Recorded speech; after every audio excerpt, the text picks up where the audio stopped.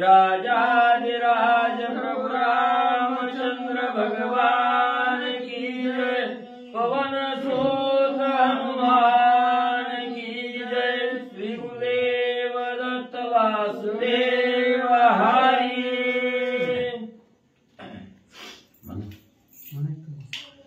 श्री गणेश श्री सरस्वती वक्रतुंड महाकाय सूर्यकोटि समप्रभा निर्विघ्नं कुरु मे देवं सर्वकार्येषु सर्वदा। गणनाथ विश्वोग्र बृहस्पति पंचताने स्मरे नित्यवेदवाणी प्रवर्तते। गुरुर्ब्रह्मा गुरुर्विष्णु गुरुर्देवो महेश्वरा। गुरुर्साक्षात् परब्रह्म तस्मै श्री गुरवे नमः। श्रोता वक्ता तुझी तुझेवा श्री रुक्मिणीवरा पांडुरंगाय नमः। पुंडलिकावते हरी विठ्ठल श्री ज्ञानदेव तुकाराम पंढरीनाथ भगवान की जय। राजाधिराज प्रभु रामचंद्र भगवान की जय। पवन सुत हनुमान की जय। देव दत्त वासुदेव हरी।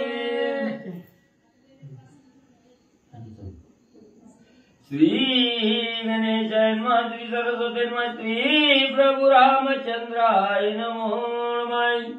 लक्ष्मण गेला रामापाशी सीता एकली गुंफेची। रावणाला त्याची संधीची सीतेपाशी भिक्षु वेश। ग्रंथ करते श्री संत एकनाथ महाराज या ठिकाणी सांगतायत कथेचं अनुसंधान। कालच्या अध्यायामध्ये भगवान श्रीरामचंद्राकडे लक्ष्मणजी गेले, सीतेनं पाठवलं। गेल्यानंतर ना इकडं आश्रमाच्या ठिकाणी पंचवटिकेमध्ये सीता एकटी राहिली। आश्रमाच्या ठिकाणी एकटी राहिल्यानंतर ना तेवढ्या वेळामध्ये लंकापती राजा रावण भिक्षुकाचा वेश दारामध्ये येत असतो ना मागण्यासाठी, त्या असणाऱ्या भिक्षुकाचा वेश त्यानं धारण केला, आश्रमामध्ये आला। गुंफेन श्री राम लक्ष्मण शून्य मंदिरे रेगे स्वानाय देवी आला दशरथ सीता हरण कार्यार्थी। आणि सीता हरण करण्यासाठी रावण कसा आला?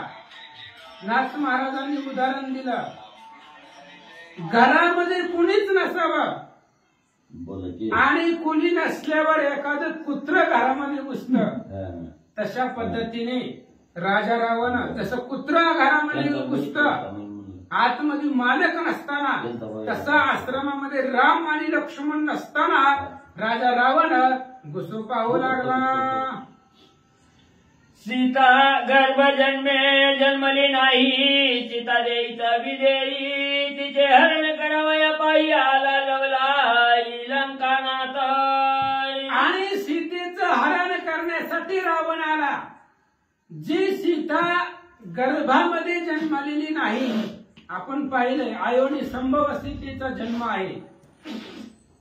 शेतीमध्ये तिचा जन्म झाला, जमिनीमध्ये पेटी पुरलेली होती, तिच्यामध्ये तिचा जन्म झाला, जनक राजाला ती पेटी भेटली। गर्भ जन्माला स्पर्श न केलेली ती सीता अशी असणारी आयोनी संभव सीतेचा जन्म, जी गर्भ जन्मामध्ये जन्मलीच नाही, विधेय अवस्थेमध्ये वर्तन करणारी ती सीता, तिचं हरण करायला रावण आला।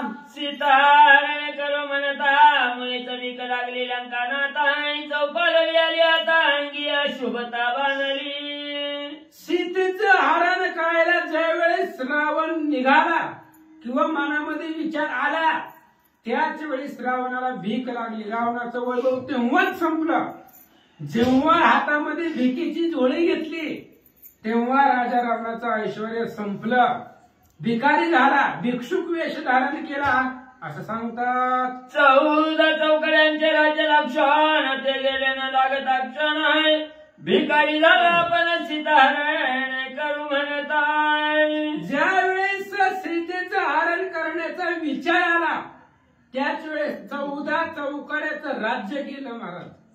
एवढं ऐश्वर राजा रावणाचं होतं, सोन्याची लंका होती, सगळं ऐश्वर मातीत गेलं, स्वतः भिकारी झाला। फक्त दुसऱ्याच्या स्त्रीला पळवून आणू हा विचार मनामध्ये आल्याबरोबर भीक लागली, सगळं ऐश्वर संपलं. महाराज सांगतात सीतेचा आश्रमध्ये कथा बेने पळाली राजवैभव भिक्षेने वरील लंकानाथाईचे सामर्थ्य सीतेचे दुर्धराय. सीतेमध्ये एवढं सामर्थ्य आहे. अहो तिचा आश्रम पाहिला आणि आश्रम पाहिल्याबरोबर राजवैभव पळून गेलं रावणापासून आणि भिकेनं राजा रावणाबरोबर लग्न केलं, त्याला वरून घेतलं भिकेनं. सगळं ऐश्वर संपलं, भिकारी झाला. एवढी ताकद स्त्रीमध्ये असते. वळचणी हेला सीता लावली भीक लंकेत सीताने दिया हे जे काय राक्षस मारविला एका एका लंका निषेध जाळीला. आणि ज्यावेळी सीतेला घेऊन जावं असा विचार मनामध्ये आला तेव्हाच भीक लागली, राजवैभव गेलं. आणि ज्यावेळेस सीता लंकेला घेऊन जाईल तेव्हा एक एक राक्षस मारणार आहे, शोधून शोधून राक्षस मारणार आहे, पाताळातली सुद्धा राक्षस संपणार आहे आणि त्याची असणारी सगळी लंका जाळून राख होईल. ही अवस्था पुढे होईल. माझी दीपकरी तेविता देतात काळी जाळी देवी राक्षाचा कुळी करील होळी क्षणामध्ये. एखादा बारीक दिवा आपण ठेवलेला असावा वळसणीमध्ये आणि तीच दिवा हळूहळू संपूर्ण घर पेटवण्याची ताकद त्या दिव्यामध्ये असते. म्हणून माऊली सांगतायत दीपकालिका दाकुटी महातेजाते प्रगटी. दिवा लहान असतो पण त्याला लहान म्हणायचं नाही. तसं सीता लंकेला गेल्याबरोबर संपूर्ण लंकेची होळी संपूर्ण लंका जाळून टाकीला असं सांगतात. सीता कामधेनो आणि जाळीला देवी सीता रावण कुळ निर्दळनो राक्षसाई. त्या सहस्त्र अर्जुनानं कामधेनूचा अभिलाष केला. कामधेनूच्या अभिलाषापोटी ब्रह्महत्या डोक्यावरती बसला, महाराजाला विनाकारण मारलं, स्त्रीच्या अंगावरती घाव केले आणि त्याच्या बदल्यामध्ये परशुरामानं 1000 हात तोडून त्याला मारून टाकलं. ही कामधेनू अभिलाषीचा परिणाम आहे. तसंच सीतेचा अभिलाष रावणानं केला, कुळासहित सगळी राक्षस मरते. सीता पाहू जात जणाई पळाली त्याची अंग बनाय भिक्षु रूपातीन दिनवदान भिक्षार्थे. ज्यावेळेस सीतेला पाहण्याचा विचार केला, कारण ती परस्त्री आहे, तिच्यामध्ये पतिव्रतेचं सामर्थ्य आहे. ज्यावेळेस तिला पाहण्याचा विचार रावणानं केला, सीतेच्या सामर्थ्यापुढं रावणाची ताकद पळाली. रावणाची जी शक्ती होती अंगामधली, धैर्य वीर्य यश कीर्ती सगळं पळून गेलं.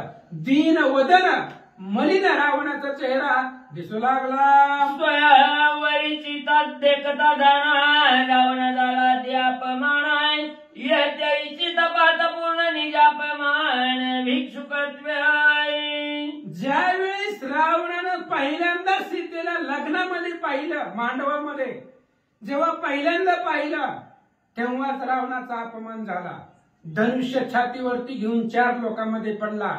आणि दुसऱ्यांदा आज आश्रमामध्ये पाहिलं, पंचवटीच्या ठिकाणी पाहिल्याबरोबर भीक लागली, भिक्षाची जोडी हातामध्ये आली असं सांगतात. बाप सीतेचे विंदान द्रटीने गांजीला रावण आपली आपण दे अपमान दिनवदन भिक्षार्थी. सीतेचं तेवढं सामर्थ्य आहे, तिच्यामध्ये लाघव आहे. रावणानं सीतेला 2 वेळा पाहिलं पण 2दाही अपमान झाला. पहिल्यांदा लग्नामध्ये 4 चौकात तोंडावरती धनुष्य घेऊन छाताडावरती पडला.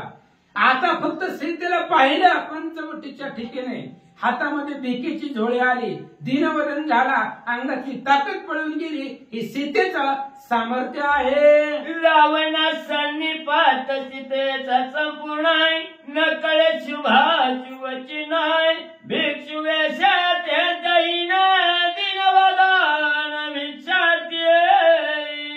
रावणाला सीतेचा सन्निपात होता म्हणजे बदल तिथं सीताच दिसू लागली. त्या नकटीनं वर्णन केल्यापासून. त्याला तहान लागना, झोप लागना, भूक लागना, कोणतंही कार्य करताना सीता दिसू लागली. आणि सीतेचा सन्निपात असल्यामुळं सीतेला घेऊन जात असताना तिला पळवून नेताना शुभ आणि अशुभाचा विचार रावणाकडे लागले. आपण काय करायलोय, आपण जे करायला ते आपल्याला शोभतही का, याचाही विचार रावणाला नाहीये. दृष्टीनेच सीतेनं रावणाला त्रास दिला. रावणा सन्निपात सीतेचा संपूर्ण नकळे शुभाशुभ चिन्ह षण्मासिक सन्निपात रावणाशी झाला येत सीता विलासी निश्चित निजात्मघात सकुळेशी. 6 महिने सीतेचा सन्निपात रावणाला होणार आहे. रावणाला सीता स्पर्श सुद्धा करणार नाही. पण 6 महिन्यामध्ये जी राक्षसाच्या कुळाला अंत व्हायला सुरुवात होणार आहे, जेव्हापासून सीता लंकेमध्ये आणले तेव्हापासून रावणाचं वाटोळं व्हायला सुरूच. सीता आणि त्या लंकेत तैहुली उठले अति उत्पात. जेव्हा सीता लंकेला नेले तेव्हापासून लंकेमध्ये काही घडायला सुरुवात होतं. आणि येणाऱ्या 6 महिन्यामध्ये कुळासहित रावण मरेल असं सांगतात. ऐशी युक्ती रावण धरून विच्युत व संपूर्ण करोनी नारायण स्मरण आला पण आश्रमाई. आणि अशा पद्धतीने रावणानं सीतेचा त्या भिक्षुकाचा वेश धारण केला.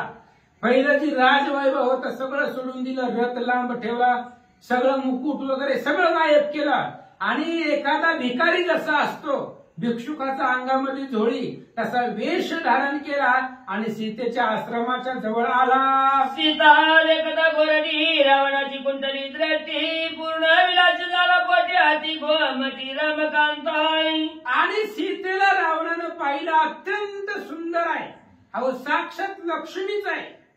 आणि अत्यंत सुंदर असणारी गोमटी असणारी ती सीता रावणानं पाहिली.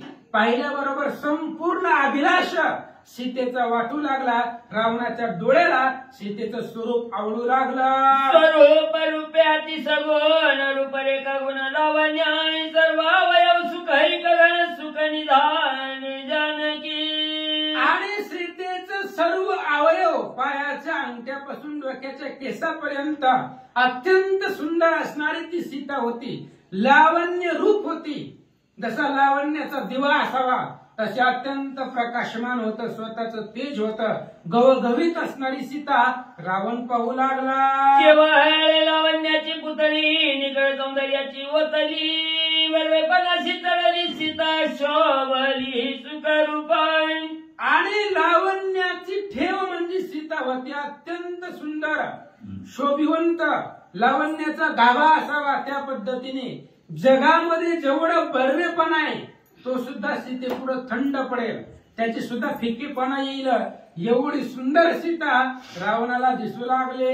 सीता सौंदर्य निवाले नयन विचारला भूकता नाही कोणी सुखावले निजवन नवनिधान जानकी. आणि सीतेला पाहिल्याबरोबर रावण सगळं विसरला, ताण भूक विसरला, स्वतःला विसरून गेला. एवढा गवगवीत अत्यंत सुंदर आणि गोमटी सीता रावण पाहू लागला. सीतेची होता द्रष्टी भेटी भेटीचा आनंद पोटी जनी योग सुख संतुष्टी आनंद सृष्टी आशेनाय. आणि सीतेला पाहिल्यानंतर ना रावणाला बाकीचं काहीच आवडणार महाराज. सीतेला पाहिल्यानंतर जो आनंद आहे त्या आनंदापेक्षा दुसरा आनंदच रावणाला वाटला गेला. एवढी सुंदर सीता डोळ्याला आवडले. या सौंदर्याची बोली कलाकारीन ऐकिली सीता घवघवीत देखील भुलाय पडली इंद्रियाय. आणि रावणानं विचार केला अशी असणारी सीता अत्यंत सुंदर आहे आणि एवढी सुंदर असेल असं कधी विचारही केला नव्हता. अशा असणाऱ्या सुंदर सीतेला पाहिलं आणि रावणाच्या सर्व इंद्रियाला भुली पडले. देवी गंधर्वी सुरेश्वरी त्याईन पावतीची तरी रंग उर्वशी किन्नरी जनखाग्रीन सरती. मग रावणानं पाहायला विचार केला, सीता एवढी सुंदर आहे की जगामध्ये या सीतेसारखी दुसरी स्त्रीच नसेल. देवी आहे, गंधर्वी आहे, अप्सरा आहेत स्वर्गातल्या, त्या सगळ्या आहे सीते. त्या अप्सरांची बरोबरी सीतेच्या पायाच्या नखावर सुद्धा करता येत नाही, एवढी सुंदर सीता दिसू लागल्या. दैत्य दानवी दानवी तरीन पार्वती मानवी सावित्रीन पवईची पदवी सर्वावयवी सुख रूप.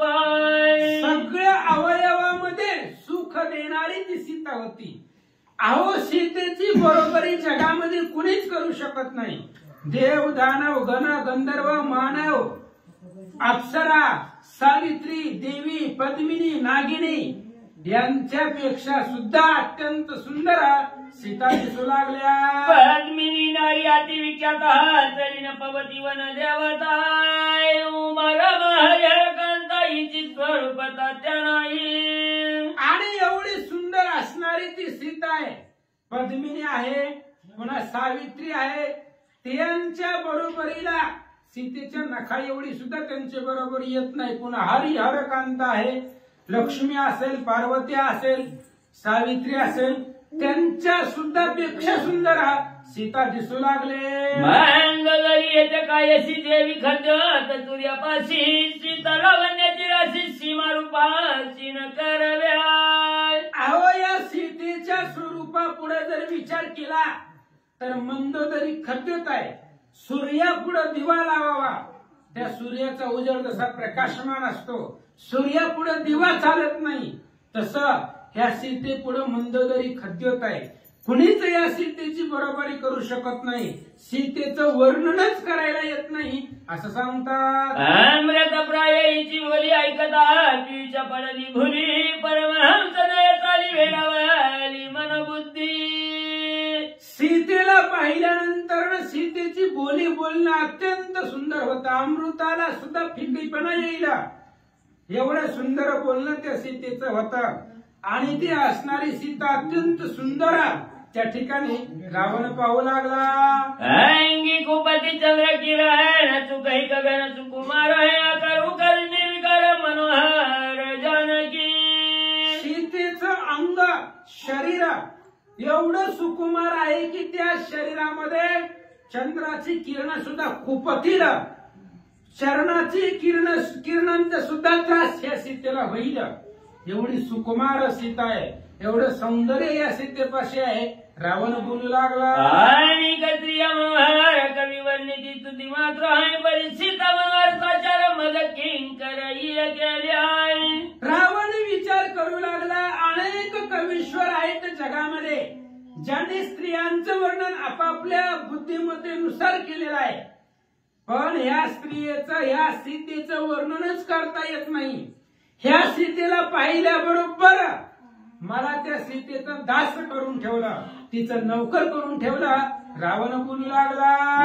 हिंडता सकाळ दृष्टी ऐशी देखील नाही दृष्टी ईशी झाली भोग भेटी सुख संतुष्टी चांद्याय. रावण विचार करू लागला. एवढी सुंदर सीता आहे. मी जगाच्या पातळीवरती स्वर्ग मृत्यू पाताळ तिन्ही लोकांमध्ये फिरलो, अनेक स्त्रिया पाहिल्या, पण सगळ्यामध्ये या स्थितीची बराबरी कुठंच होत नाही. अत्यंत सुंदर सीता आहे. विचार करू लागला. सुख भोग संतोष्टी याशी कंटका टाळे नासरटी भाग्य स्त्रिया सीता घोरटी तैला भ्याय. आणि एवढी सुंदर सीता जर आपल्याला मिळाली तर आपण भाग्यवान आहे. भाग्यवानालाच सीता मिळेल, कारण आपलं जर भाग्य कपाळामध्ये असेल तर आपल्याला सीता मिळेल. एवढं सुंदर सीता वर्णन करू लागले. जरी स्वयंवरी धनुष्य उतरते तरी तै सीता करीती माते वरी ती माते आहे. धनुष्य भवले मज भवते सामर्थ्य ते चल्याची.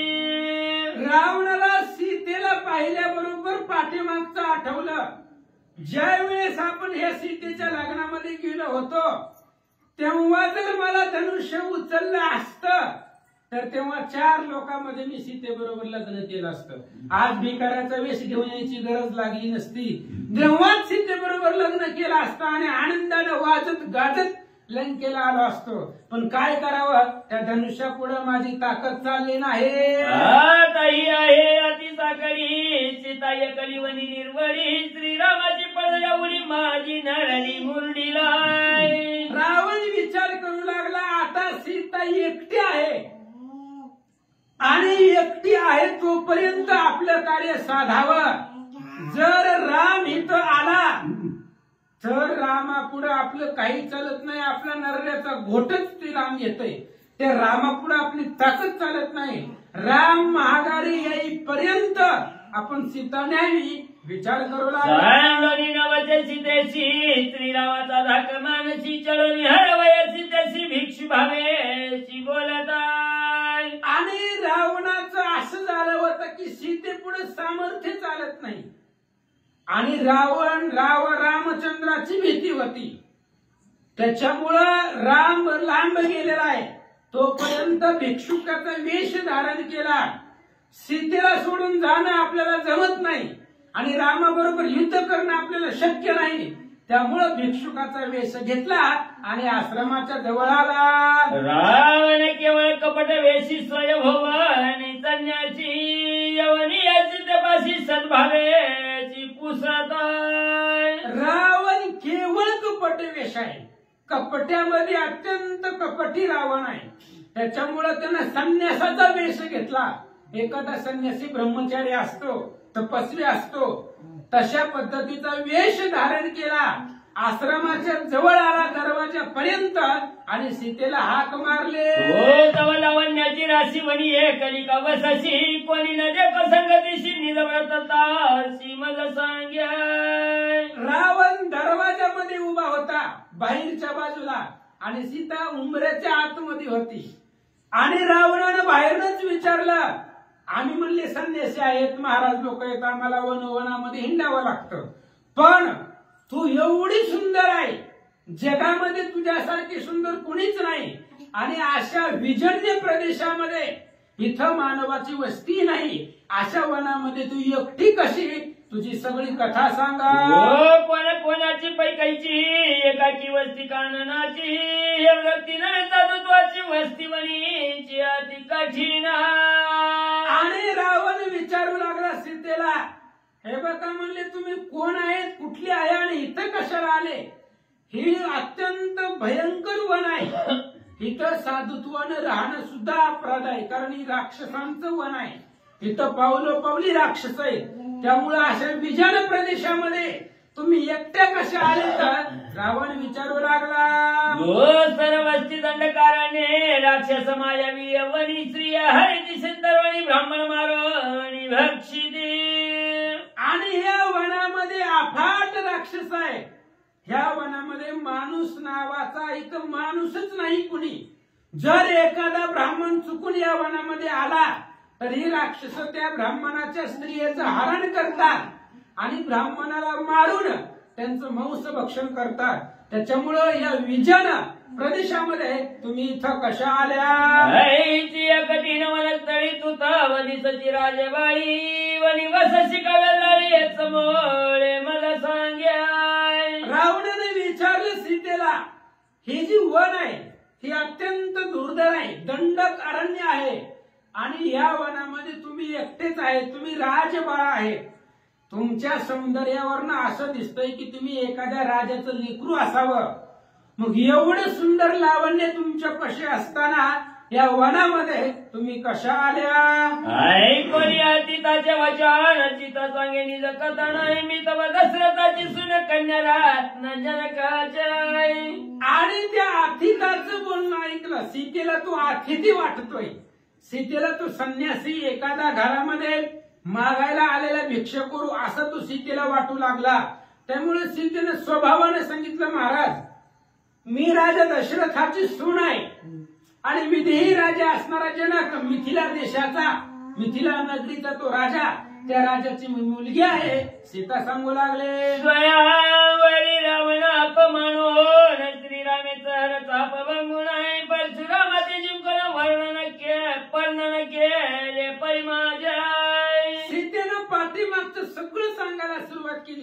कारण ती आता सीतेला तो साधू वाटतोय. महाराजाला आपली अडचण कथा सांगायला काय त्रास आहे. तिने सांगितलं महाराज झालं असं आहे, मी विदेह राजाची मुलगी आहे आणि माझ्या लग्नामध्ये परशुरामांचं धनुष्य शिवधनुष्यपणासाठी ठेवलेलं होतं आणि तो असणारा धनुष्य श्रीरामचंद्राने धुबंद केला आणि त्याचबरोबर माझ्या बरोबर त्या रामचंद्राने लग्न केला. सीता सांगू लागले श्रीराम आणि लक्ष्मण भरत आणि शत्रुघ्न चौघे बंधुराना जीव प्राण आणि सीतेने सांगितलं माझ्या पाठीमागं अफाट लोक आहेत. मी काही एकटी आहे काय? मी एकटी नाहीये, माझा परिवार खूप मोठा आहे, पण अडचणीत कोणी सुद्धा जवळ येत नाही. तिने सांगितलं माझा नवरा राम आहे, लक्ष्मण धीर आहे, भरत शत्रुघ्न ही चौघजण आहेत, एकमेकाला जीव की प्राण असे 4 बंधू आहेत.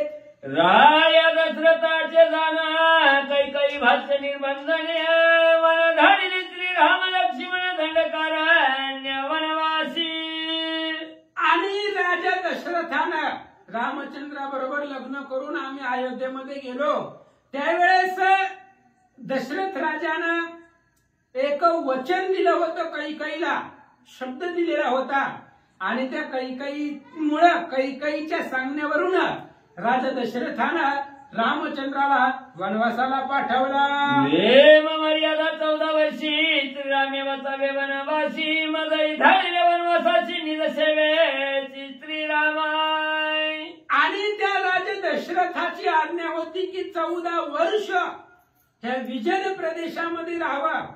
अयोध्यापासून खूप अंतरावरती जिथं मानवाची वस्ती नसेल त्या ठिकाणी 14 वर्ष वनवास करावा अशी राजा दशरथाची आज्ञा होती. म्हणून रामचंद्र वनवासाला आले आणि मलाही त्यांच्या सेवेसाठी पाठवलं. सीता रावणाला सांगते श्रीराम सेवेशी सावधान माझे करावयाचं रक्षण सवेदित लक्ष्मण वीरधारण प्रतापी. सीता सांगू लागली महाराज असं आहे की रामचंद्र मी वनवासाला निघाल्याबरोबर राजा दशरथानं माझं संरक्षण करण्यासाठी आणि रामाची सेवा करण्यासाठी एक प्रतापी वीर दिलाय. त्याचं नाव लक्ष्मण आहे. अत्यंत बलसंपन्न तो लक्ष्मण आहे. तोही वनवासामध्ये आमच्या बरोबर आला. श्रीरामे मारिले ताटे केशी सुभाऊ मारी रण कर्कशी मारी चौडाविला काशी बनादेशी झडपोनी. आणि सीतेनं आपल्या पतिदेवाचा पराक्रम सांगायला सुरुवात केली.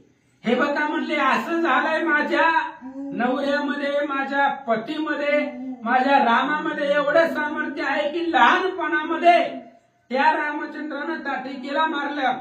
ताटिकेची 2 मुलं सुबाहूला मारलं. सुबाहूला मारताना बाणाचा वारा मारीचाला लागला आणि त्याला आकाशामध्ये उडवलं. एवढा बलवान राम आहे. मल धरितात जाणे श्रीराम विंदनीय बाण एकची घाय घेतला प्राण दुष्ट निर्दलन श्रीरामाय. आणि पुढं आम्ही वनवासामध्ये आल्यानंतर ना विराटानं माझं हरण केलं आणि हरण केल्याबरोबर त्या रामचंद्रानं एकाच सुवर्ण पुंख धगधगीत बाणानं त्या विराटाला मारून टाकलं आणि माझी सोडवण भगवंतानं केले. विरागाईचा महाबळी गाय मेळविला धुळी त्याने रक्षाचं कपती चळचळी हातुरवळी श्रीरामा.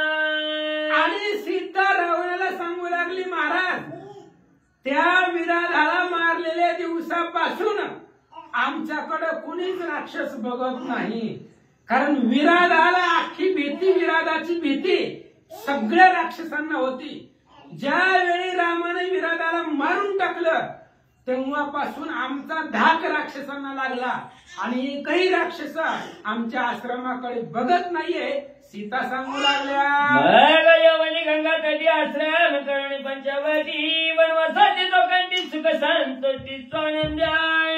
आणि विराधाला मारल्यानंतर पुढे आम्ही इथं आलो, पंचवाटिकेमध्ये आलो आणि लक्ष्मणजींनी सुंदर प्रकारचा आश्रम इथं त्यांनी तयार केला आणि आश्रम करून सुंदर अशा प्रकारचं जल आहे. अरुणा वरुणा संगम आहे आणि या असणाऱ्या सुंदर वातावरणामध्ये त्र्यंबकेश्वराचं अधिष्ठान आहे आणि या असणाऱ्या परिसरामध्ये आम्ही आश्रम करून राहिलो. वर्ष त्रयोदशाने क्रमिला वनवास आहे आता उल्लेखनवास मग प्रवेश अयोध्या. आणि सीता सांगते रावणाला महाराजाला, म्हणले महाराज आम्ही वनवासाला आलो, आता या गोष्टीला 13.5 वर्ष झाले. रामाना 13.5 वर्ष वनवास या पंचवटीच्या ठिकाणी कापला, संपलं आमचं. 14 वर्षामधले 13.5 वर्ष वनवास आमचा झालाय. आता फक्त 6 महिने राहिले. आता कसे तरी 6 महिने काढायचे. 13.5 वर्ष काढले, मग 6 महिने काढायला काय अवघड आहे. कसं तरी 6 महिन्याचा वनवास काढायचा, इथंच काढायचा आणि इथूनच आम्ही परत सगळेजण अयोध्येला जाणार. वयासी श्रीराम धावला वनासी लक्ष्मण घ्याला तयापाशी त्याने माझा देखची कली. आणि सीतेनं त्या महाराजाला सांगितलं, म्हणले हे बघा मी तुम्हाला एकटी दिसते त्याचंही कारण आहे. सकाळीच आमच्या दरवाजामध्ये मगाशीच सोन्याचं हरिण आलं, एकदम सुंदर ते हरिण आहे आणि मला ते आवडलं. त्याच्यामुळं मी रामाला सांगितलंय जावं ते हरिण आणा. त्यामुळं राम ते हरणाला मारायला गेले आणि त्यांच्या मदतीला त्यांच्या साह्याला म्हणून लक्ष्मणजी गेले. ते दोघं गेल्यामुळं आता मी या वनामध्ये या पर्णकुटीमध्ये मी तुम्हाला एकटी दिसते. सीता सांगू लागल्या कली नव्हे जाण मला रक्षावा या दोघे जण दुर्धर वीर श्रीराम लक्ष्मण लागता क्षण येतील की. सीतेने सांगितलं, म्हणले महाराज मी एकटी दिसते पण मी एकटी नाही. राम आणि लक्ष्मण इथंच गेले हरणाला मारायला. तुम्ही बसा, आता येते, थांबा जरा, ते आल्यावर चहा पाणी करू, तोवर बसा. ते आले आमचे पतिदेव आले की मग तुमचा पाहुणचार करू, तोपर्यंत तुम्ही इथं बसा आश्रमामध्ये, आताच येतील. सीता बोलू लागल्या मारून या जाणे आता येते श्रीराम लक्ष्मण तव वरी रावे आपण भिक्षा पूर्ण देईल रामाय. आणि सीतेने सांगितलं रावणाला, म्हणले महाराज इथं बसा. म्हणले आता राम आणि लक्ष्मण हरणाला मारायला गेलेले आहेत, ते आता येतील. ती आल्यानंतर ना मी भिक्षा देण्यापेक्षा तीच तुम्हाला भिक्षा देतील. काय घरामध्ये कुणीही भिक्षा वाढली तरी काय अडचण आहे. त्याच्यामुळे थांबा ते येईपर्यंत, आता येतील आणि ते आल्याबरोबर तुम्हाला पाहिजे तेवढी भिक्षा तो रामचंद्र देईल. श्रीराम त्यांचा सेवक तुम्हाची देखील वैल चूक आहे भिक्षा द्यायला आवश्यक तुम्ही नावे करावे. सीतेनं रावणाला सांगितलं महाराज थोडस थांबा. आता एवढे थांबलं, बोलत बोलत अजून थांबा. इथपर्यंत आले, जवळ आले, आता येते, थोडस थांबा, धीर धरा. रामचंद्र अथितांचा सेवक आहे, तो साधूचा सेवक आहे. तुम्हाला पाहिल्याबरोबर एखादा महाराज घरी आला म्हटल्यानंतर आमच्या विनावऱ्याला सुख वाटत, कारण तुम्ही माळकरी आहे. घरामध्ये साधू आले की आनंद वाटतो. त्याच्यामुळे इथं बसा. रामचंद्राला आले की तुम्हाला पाहिल्यानंतर आनंद होईल. मग तुम्हाला पाहिजे तेवढी भिक्षा रामचंद्र दे. ऐकता सीतेची गोष्टी रावण थरथरा कापे पोटी मागे पाहायचं की दसऱ्याची उठावू टिप्पल पाय. रामाचं नाव ऐकल्याबरोबर रावण बसलेल्या जागेवर थर थर थर थर कापू लागला महाराज. आता जर राम आला काय की माग वळून बघू लागला. काय सांगावं कवा येतंय. जर राम आला तर आपण वाचतच नाही अशी भीती रावणाला होती. क्षणोक्षणीला तो पाठीमाग बघू लागला. रामाची दास्ती रावणाला वाटू लागले. वयाची त्याच्या हरणाच्या चाकच्या पिरावा नाही गोड बोलाचा काही प्रश्न विश्वास पूर्ण जावयाय. आणि सीतेचं हरण करायचं आणि राम येण्याच्या आधी आपलं कार्य साधायचं. त्याच्यामुळं रावण सीतेला गोड गोड बोलू लागला महाराज. अत्यंत गोड बोलू लागला. का गोड बोललं की माणूस आपल्या बोलण्यामध्ये अडकतो आणि स्त्रीला तर लवकर आकर्षित करता येतं, कारण त्यांच्या अंतःकरणामध्ये माया अत्यंत असते. त्याच्यामुळे त्यांना थोडस गोड बोललं की त्यांचं अंतःकरण पगळतं. म्हणून रावणाने विचार केला आपला विश्वास सीतेवरती बसावा.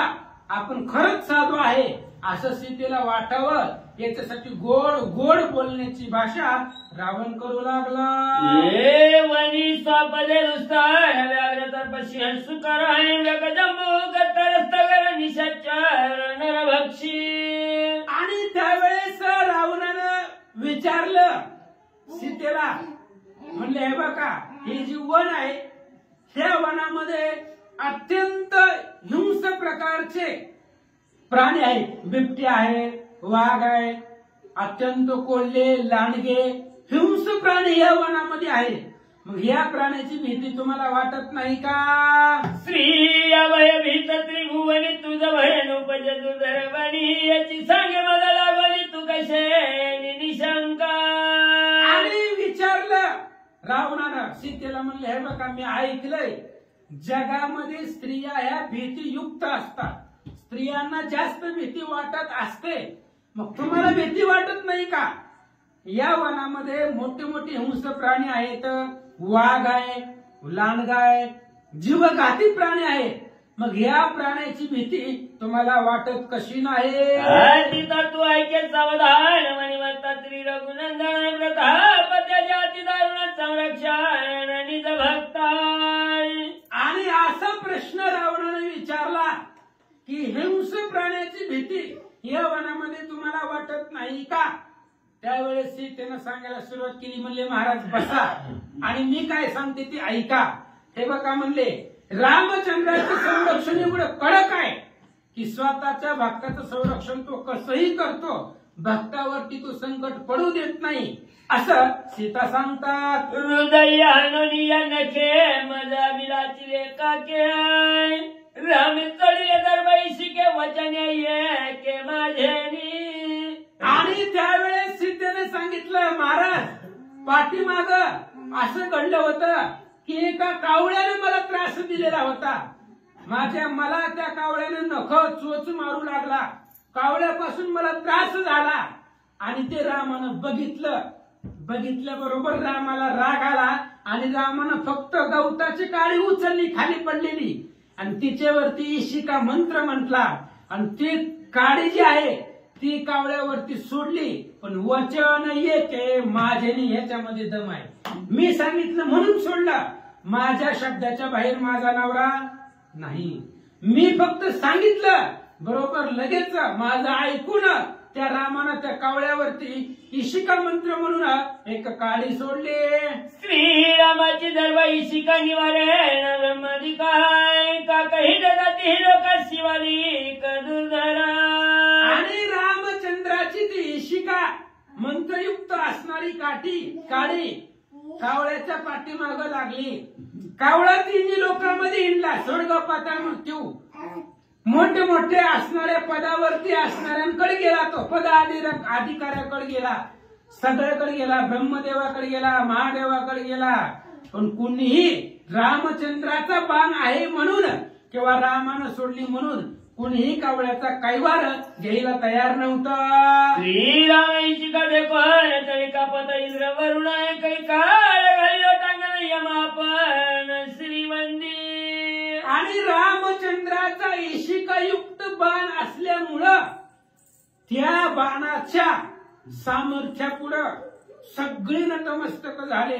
रामाचा बाण पाहिल्याबरोबर यम आणि वरुणानं लोटांगण घातलं, इंद्र आणि वरुणानं लोटांगण घातलं. म्हणजे नको नादी लागायला, आपल्या ताकदीच्या बाहेर आहे. यमाने सुद्धा नमस्कार केला त्या रामचंद्राच्या बाणाला. कुणीच रामचंद्राच्या त्या बाणापुढं आलं नाही. ईशिके नाही निवारण काका श्रीराम चरण मग ईशिकेने वामनाने फोडून कृपेने प्राण वाचविल्या. आणि मग कावळा त्रिभुवनामध्ये फिरला, प्रत्येक ठिकाणी कावळा गेला, पण कुणीच त्या कावळ्याचं संरक्षण केलं नाही. मग नारदाच्या सांगण्यावरून तो कावळा परत रामाला शरण आला आणि रामाला कृपा आली आणि कृपेनं त्याच्या डोळ्याचा घात केला, पण त्याचा जीव वाचवला. पाचनी स्वपद गाडे पणीन पाय मज करे तेथे राक्षस काय सेवा पुढे मला पुढे यावयाय. आणि सीतेने सांगितलं महाराज तेव्हापासून पशु पक्षी श्वापद आमच्याकडे बघत नाहीत. मग जर जनावर आमच्याकडे बघत नाही, कुठल्याच प्रकारचा हिंस्र प्राणी सुद्धा आमच्या आश्रमाकडे पाहत नाही, कारण त्यांनाही रामाच्या बाणाची जास्ती आहे. मग राक्षस तर बापूड आहेतच. सीतामाता बोलतात, श्रीरामाची प्रतिज्ञा पूर्ण आहे. जो जो करी रचिता हरणाय त्याचा घेईन मी प्राण दुर्धर बाण चरणी. आणि त्या असणाऱ्या सीतेने सांगितलं, म्हणले महाराज आता तुम्ही महाराजच म्हणजे तुम्हाला सांगायला काय अडचण आहे. बघा म्हणले, जो जो सीतेचं हरण करील त्याला रामचंद्र एकाच बाणात मारतील. बघा, दुसरा बाण लागत नाही. आणि ही रामाची प्रतिज्ञा आहे. त्याच्यामुळं तुम्ही अतिथी आहेत, महाराज आहेत म्हणून सांगते. हे बघा, आमच्या पतिदेवाचा पण आहे. जो जो माझ्या बायकोकडे पाहिल त्याचा जीव मी एकाच बाणामध्ये घेणार आहे, अशी प्रतिज्ञा पती माझ्या रामचंद्राची आहे. रक्षियावरी अति पुरुषार्थ करणी प्रताप पित्री रघुनाथ आहे. तन मानवा तरण कर्णनाथ अवधारी. आणि मग त्यावेळेस सीतेने सांगितलं, महाराज तुम्हाला असं वाटेल की बाबा पशु पक्षाला मारणं म्हणजे काय ताकदवान झाला असं वाटतंय का? पक्षावरती पुरुषार्थ कुणी बी लहान लेकरू मारेल की पक्षाला, कावळ्याला कुणी बी मारतंय की कावळ्याला मारणं म्हणजे काय आहे? मग पशु पक्षावरती विजय मिळवून पुरुषार्थ होईल असं जर तुम्हाला वाटत असेल तर रामानं केलेले युद्ध त्याचं वर्णन सांगते, ऐका. श्रीरामानावरे कपट दृष्टी शूर्पणखा ती खोटी चळवाळी पंचवटी केली नकटी सौमित्रे. आणि महाराज तुम्हाला सांगते, तुम्हाला असं वाटल की पशु पक्षाला मारून रामाकडे काय एवढी ताकद आहे का? असं जर वाटलं तर ऐका, म्हणले रामाला कपट चालत नाही. काही बी चालते पण कपट चालत नाही. कपट केलेलं रामाला जमत नाही, रामाला आवडत नाही. त्याच्यामुळं एक राक्षसीने आली होती शूर्पणखा नावाची. आता तुम्ही महाराज तुम्हाला माहिती आहे का माहित नाही, पण सांगते म्हणले ऐका. एक शूर्पणखा नावाची स्त्री, कपटी राक्षसी, एक सुंदर स्त्रीचं वेश घेऊन आली होती. ती रामानं ओळखलं आणि लक्ष्मणानं तिचं नाक कापून टाकलं. शूर्पणखा कैवारीत जाणं मारिले त्रिशिरा घर ऋषण 14 सहस्र राक्षस गण रामे संपूर्ण निर्धारिले आहे. आणि त्या शूर्पणखेचा कैवार घेऊन पुन्हा खर दूषण त्रिशरा आणि 14,000 राक्षस शूर्पणखेच्या बाजूनं रामाबरोबर युद्ध करायला आली होती. रामानं एकाच बाणामध्ये तिघांनाही मारून 14,000चा वध केला. एवढी ताकद रामाकडे आहे. सीता सांगतात, लक्ष्मण युद्धात त्या पिलाविला नाही त्याचा अनुचित पुरुषार्थ इंद्रजित वधार्थ ठेविला. आणि सीतेने सांगितलं, महाराज आता ही इंद्रजित शूर्पणखा खरदूषण तुम्हाला काय माहितीये? तुम्ही आपलं तपस्वी साधू, तुम्हाला यांचा परिचय नसेल, पण मी सांगते म्हणले ऐका. ही खरदूषणाला मारले एका रामानं. लक्ष्मणानं अजून धनुष्याला हात लावलेला नाही, त्यांना अजून युद्धामध्ये आलेले नाही. त्यांची जी ताकद आहे ती एवढीच आहे, पण ती एक सेपरेट जी बलवान इंद्रजित आहे त्या इंद्रजिताला मारायला ठेवले. सीता सांगतात, मारिले त्रिचिरा खरं उषाण तैत्री रामेचं केलं पण मारणी कुंभकर्ण रावण अयोध्या गमन मग करण्या. आणि सीतेने सांगितलं, म्हणले महाराज रामानं त्या असणाऱ्या खरदूषणाला मारलं तेव्हाच रामानं प्रतिज्ञा केली की आपलं जीवन वसायची थोडा राहिलाय, 6 महिन्याचा राहिलाय. आता आपल्याला अयोध्येला जायचंय, पण अयोध्येला जाण्याच्या आधी रावण आणि कुंभकर्ण कुठं असतील त्यांना मारायचं मग अयोध्येला जायचं, अशी आमच्या पतिदेवाची प्रतिज्ञा आहे. सीता रावणाला सांगते, प्रतापी स्त्री रघुकुळ टिळक पशु पक्षी यांचा त्यांचा धाका आहे. त्याच्या निबळ्याचा सुख वनी निशांक मी विचार्या. आणि त्यावेळेस सीतेने सांगितलं, म्हणले महाराज तुम्हाला एकटी दिसते, पण मी एकटी कशामुळे आहे? रघुनाथाचे निबळे. अहो, ज्या रामाचा धाक पशु पक्षाला आहे, पशु पक्षी सुद्धा ज्या रामाला घाबरतायत, अशा रामाच्या प्रतापावरती, अशा रामाच्या बळावरती मी एकटी वनामध्ये राहते. सीता सांगू लागल्या, आईचे सीता स्वय बोलून अतिथीच गाली असं नाही तर ती शिखर वय सन्निधान चाले आपण हरणार्थी. असं बोलून सीतेनं आतमध्ये गेली आणि सतरंजी आणली महाराजाला बसायला.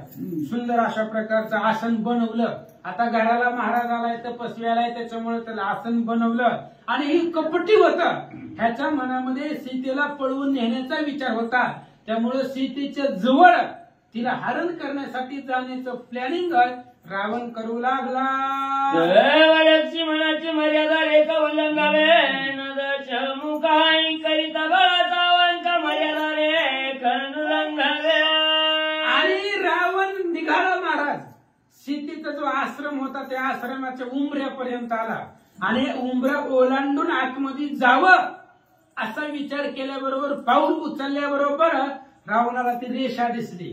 रेषा पाहिली तर रेषा पाताळापर्यंत होती. म्हणजे त्या सीतेच्या रेषा लक्ष्मणाच्या रेषेचं उल्लंघन करणं रावणाच्या ताकदीच्या बाहेरचं होतं. ऐका. रेखा रावण जव पाहे तरी तव ते खोल सप्त पाताळी वरती पाहता निराळी नाभ मंडळी जळली अशा.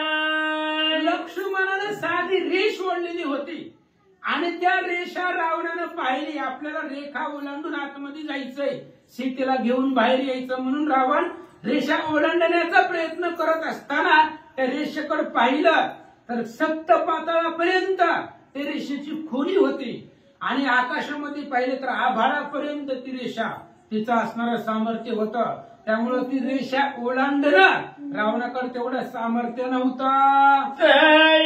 जावया नाही घेती उल्लंघा वयानं तऱ्याच्या लेखेने रोधीला लंकापती सीते प्राचीन वचव्या. आणि रावणानं ती लक्ष्मणानं आखलेली रेषा पाहिली.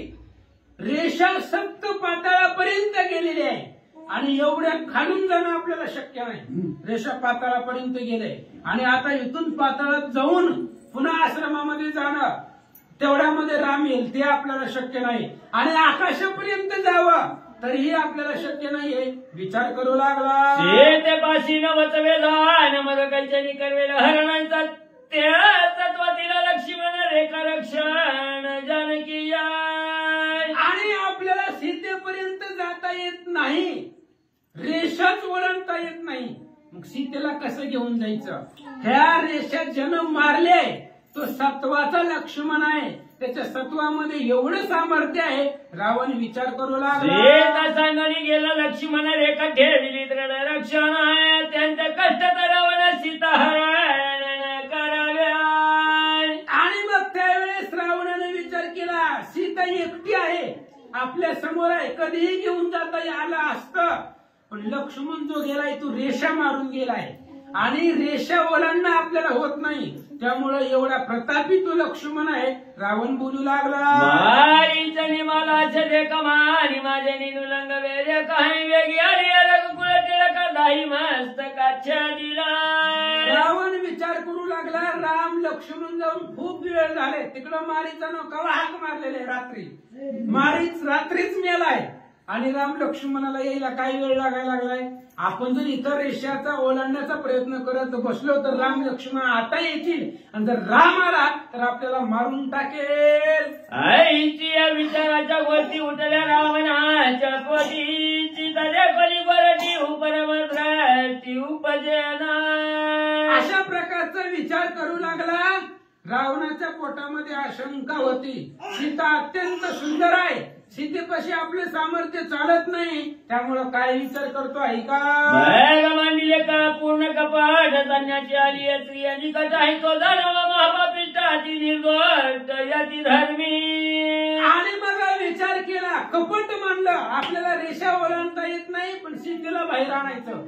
आपण आतमध्ये जाऊ शकत नाही पण या सीतेने जर मर्यादा ओलांडली तर आपल्याला हरण करायला काय अडचण नाही. त्यामुळं आपण तिला बाहेर आणू कसं तरी गोड बोलून हा विचार करू लागला. संन्यास धर्माचे रक्षण निंद स्त्रियांचे रक्षण निंद स्त्रियांची संभाषण संविधान ती निंद. आणि मग ग्रंथकर्ते संन्यास जे आहे ते संन्यासाचं लक्षण आहे की स्त्रियांबरोबर भाषण करणं निंद्य आहे, स्त्रियांना पाहणं निंद्य आहे. एवढं सांगू लागला तर जावं ना सीतेपासून तिथंच सारखं सारखं सारखं सारखं बसून बोलू लागला. वाचा. कुंडली श्री ज्ञानदेव श्री गणेशाय नमः. श्री सरस्वती नमः. श्रीराम परमार्थी नेटका तरी का धर्म आड ठेविला रेखा त्याच विषयाची आशंका पाळेन देखा जावया. असो पांडुरंगा करू प्रथम नमन दुसरे चरण संताच्या पंचकृपाशीर्वाद आणि कथेचा विस्तार बाबाजी सद्गुरूत असतो का. बसलेले सर्व श्रोते मंडळी साधू संत यांना साष्टांग प्रणिपात करून कथेला सुरुवात. कथेचं अनुसंधान राजा रावण आणि सीतामावली पळवून नेण्यासाठी राजा रावण आल्यानंतर असणारा संन्यासाचा काय धर्म असतो त्याचा विचार केला. मनामध्ये शंका निर्माण झाली. प्रभू रामचंद्र परमार्थी प्रभू रामचंद्र असताना धर्माला रेषा काढबीट लावली. हे का नाही, काय विचार करतील सांगता येत नाही का नाही. का तर सत्य कर्म भावे साह्य घातल्या भय नरका जाणे. पण इथं धर्माचं कार्य भिक्षुकांनी भिक्षा मागण्यासाठी आलेलं आहे आणि इथं रिक्षा लक्ष्मण रेषा ठेवली. आता मी कसं जाणार, कसं परमार्थिक असताना प्रभू रामचंद्रांनी काय रेष निवडली गेली आणि आपण ती रेष ओलांडावा का नाही ओलांडावा याचा विचार राजा रावण करू लागले. या वैद्य राक्षस वासी भीत भीत आलो बिया वनासी तुम्हा दे कोणी मनुष्य वेशी येते बक्षिसी मी आलो. बरं 14 चौकड्याचा राजा आहे. 1 लाख पोर आहेत, 1.25 लाख नातू आहेत, 80,000चा लाभलाय. पण भिक्षा पात्र धरल्या हाती त्याचे जिने लाजीरवाणी. म्हणून भिक्षा पात्र भिकाऱ्याच्या नादाला लागायचं नाही, कुणाच्या बी नादी लागायचं पण भिक्षुकाच्या नादी लागायचं नाही. सीतामावली उगाच नादाला लागणार आहे ते ऐकायला मिळेल आपल्याला. एकदम भिकारी होतं, भिकारी आलं भिक्षान देही दरवाजात हाक मारल्याबरोबर आतनं आवाज आला जावा पुढच्या घरी. अहो ती म्हणजे पुढच्या घरी जातो पण काहीतरी फाटकं तुटकं साजरा असला तरी द्या की. वरून आवाज आला म्हणजे फाटकं तुटकं बी नाही. अहो अर्धी पोर असली तर द्या पोटाला तेवढी तर. थंडी वाजती साजरा व्हायचं साजरा बी नाही म्हणजे पोटासाठी अर्धी पोर असली तर द्या. म्हणले आमच्या घरी काही शिल्लकच नाही, काहीच नाही म्हणले. अर्धी पोर बी शिल्लक नाही म्हणले. बरं असू द्या म्हणलं मावशी, अर्धी पोर नसू द्या, 1,000 रुपया 5 रुपये तरी. अहो म्हणले तेवढं बी नाही तर म्हणले काहीच नाही तर. मग असं करू म्हणला आपण दोघं बी जवळ असणार म्हणले स्टँडवर. भिकाऱ्याच्या भिक्षुकाच्या नादी लागायचं नाही. ती मला काहीच नाही, माझ्याकडे बी काही नाही, तुमच्याकडे बी काही नाही म्हणले. मग कशाला इथं राहता म्हणले, चला तुम्ही बी माझ्या संग म्हणले. दोघं मिळून भिक्षा मागू म्हणले, दोघं मिळून खाऊ म्हणले असणार. अशा प्रकारचं भिक्षुक रूप राजा रावण म्हणला. सीतामावलीला म्हणू लागला आई साहेब म्हणले मी कसं तरी भीत असणाऱ्या ह्या वनातल्या राक्षस राहतात म्हणले. आणि ह्या राक्षसाला भीत कसं तरी तुमच्या जवळ आलो, काहीतरी पोटाला भिक्षा वाढतात म्हणून असणारे आलो तर तुम्ही म्हणले इथं भली मोठी लक्ष्मण रेखा चाडवी आहे म्हणले. तू राक्षस सुंदरी मनुष्य वेशी भीतरी नेशी मारयासी आदरे बोलवीसी सन्मान देशी बक्षावया. सीतामावली तुम्ही अतिशय सुंदर आहोत, देखणे आहोत, तुम्ही नक्की राक्षस आहे. राक्षस नाहीत, राक्षसाची पत्नी आहोत तुम्ही, राक्षसी नव्हत म्हणले. लय मला गोड बोलायला लागला म्हणले. मला वाटायला लागलं तुम्ही गोड बोलून आतमध्ये पर्णकुटीत मला नेणार आणि वाटदिशी बोलून टाकसाल म्हणले. खाऊन टाकसाल तुमचा काही नियम नाही असं राजा रावण बोलू लागले. आईशी ऐकुनी अति उत्तर सीता म्हणे श्रीहर आम्ही नवगालिशाचर नित्य किंकर अतिथींचे. असं राजा रावण म्हणला तुम्ही राक्षस आहात, आतमध्ये नेता खाऊन टाकसाल.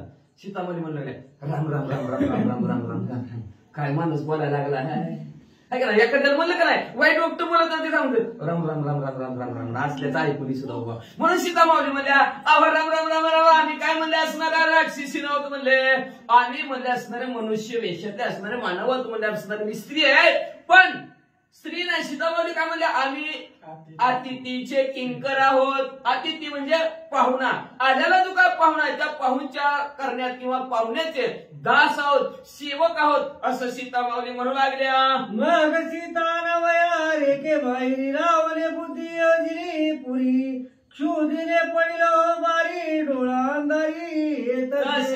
मग आता काय करायचं, बाहेर रेषेचे कसं तरी आणायचंय, मर्यादा रेखा आहे. राजा रावण बघा एवढा असणारा राजा रावण हुशार आहे, ज्ञानी आहे, एवढा श्रीमंत आहे, पण लक्ष्मण रेखा मर्यादा रेखा त्यांनी ओलांडली नाही, दुसऱ्याला ओलांडायला लावली. किती हुशार आहे राजा रावण.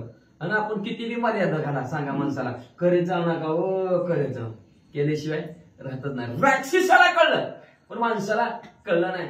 असं म्हणले असणारा प्रभू रामचंद्राचे असणाऱ्या सीतामाऊलीला राजा रावण म्हणू लागला, सीतामाऊली बाहेर यावं, तुम्ही आता त्याचं सेवक म्हणता, रात्री तिची सेवा केली पाहिजे. लक्षात ठेवा, गरुड पुराण सांगते अतिथीकडे राग जर बघितलं पुढच्या वर्षी डोळं गेलं, मग पुढच्या जन्मात डोळं गेल्याशिवाय राहतच नाही. तर आदर सन्मान अतिथीचा केला पाहिजे. सीतामाऊली बोलले आम्ही तसा आदर सत्कार करतो. मग राजा वेशेच्या बाहेर सीतामाऊली यावं, पर्णकुटीच्या बाहेर सीतामाऊली यावं म्हणून राजा रावणाने असणारा सोय केलं. पांढरा अर्ध डोळं पांढरं शुभ्र केलं म्हणजे असणारा गडबडा डोळा लागला आणि म्हणू लागला, आई साहेब लय भूक लागली व जेवाया द्या. कृपाळे आदिताची बाहेर देशी तरी गंगा तिरी सावकाशी निजाशी करीन मी. अहो अंधारीला डोळ्याला यायला लागली, लय भूक लागली म्हणजे पिळून गेलोय.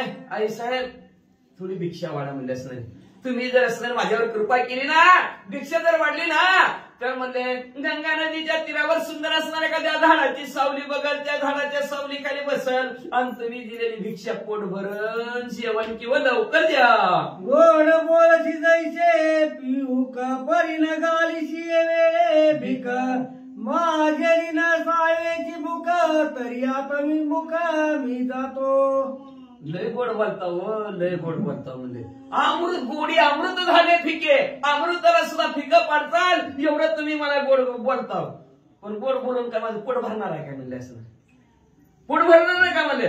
गोड बोलता म्हणले भिक्षा घाली नाव म्हणले, मला भीक वाढा नाव म्हणले असणार. अव माझ्या त्याने सहन होईना गेली व भूक म्हणले, लय भुकेने व्याकुळ झालं. मग सारखं कावळं वारडायला लागलेत म्हणजे माझ्या पोटात म्हणले. तर मग असणार मी नाहीतर चाललो बघा विमुख.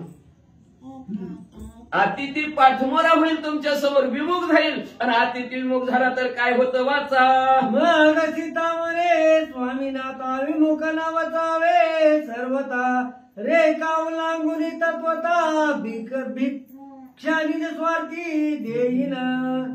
मग का तर अतिथी विमुख झाला तर आपलं पुण्य जात असतं. माहितीये सीतामाऊली धर्मशास्त्र माहितीये, त्याच्यामुळे म्हणजे अतिथी विमुख जाता कामा नये. कसं का असं ना, आपल्या पाहुणाला पाहुणचार करा, विषय संपला. करू वाटलं करा, व्यवस्थित करा, करायचं नसलं तर काहीच बोलू नका. पाणीच्या प्यांचा मग काहीतरी बोलून उठून गेला म्हणजे बरं नाही तर मला लय काम आहे, चला निघाला चल पाहुणा कटाळून जाईल.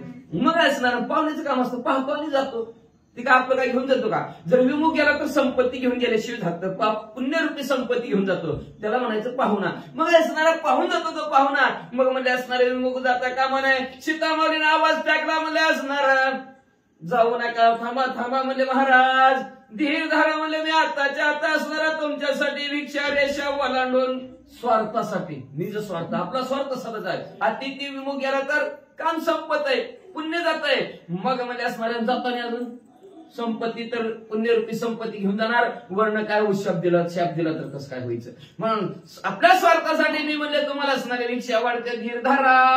विमुख झाली अतीत श्रीराम सौमित्र युद्ध अंत जयो कदा न पावत अति विघात होईल. विघात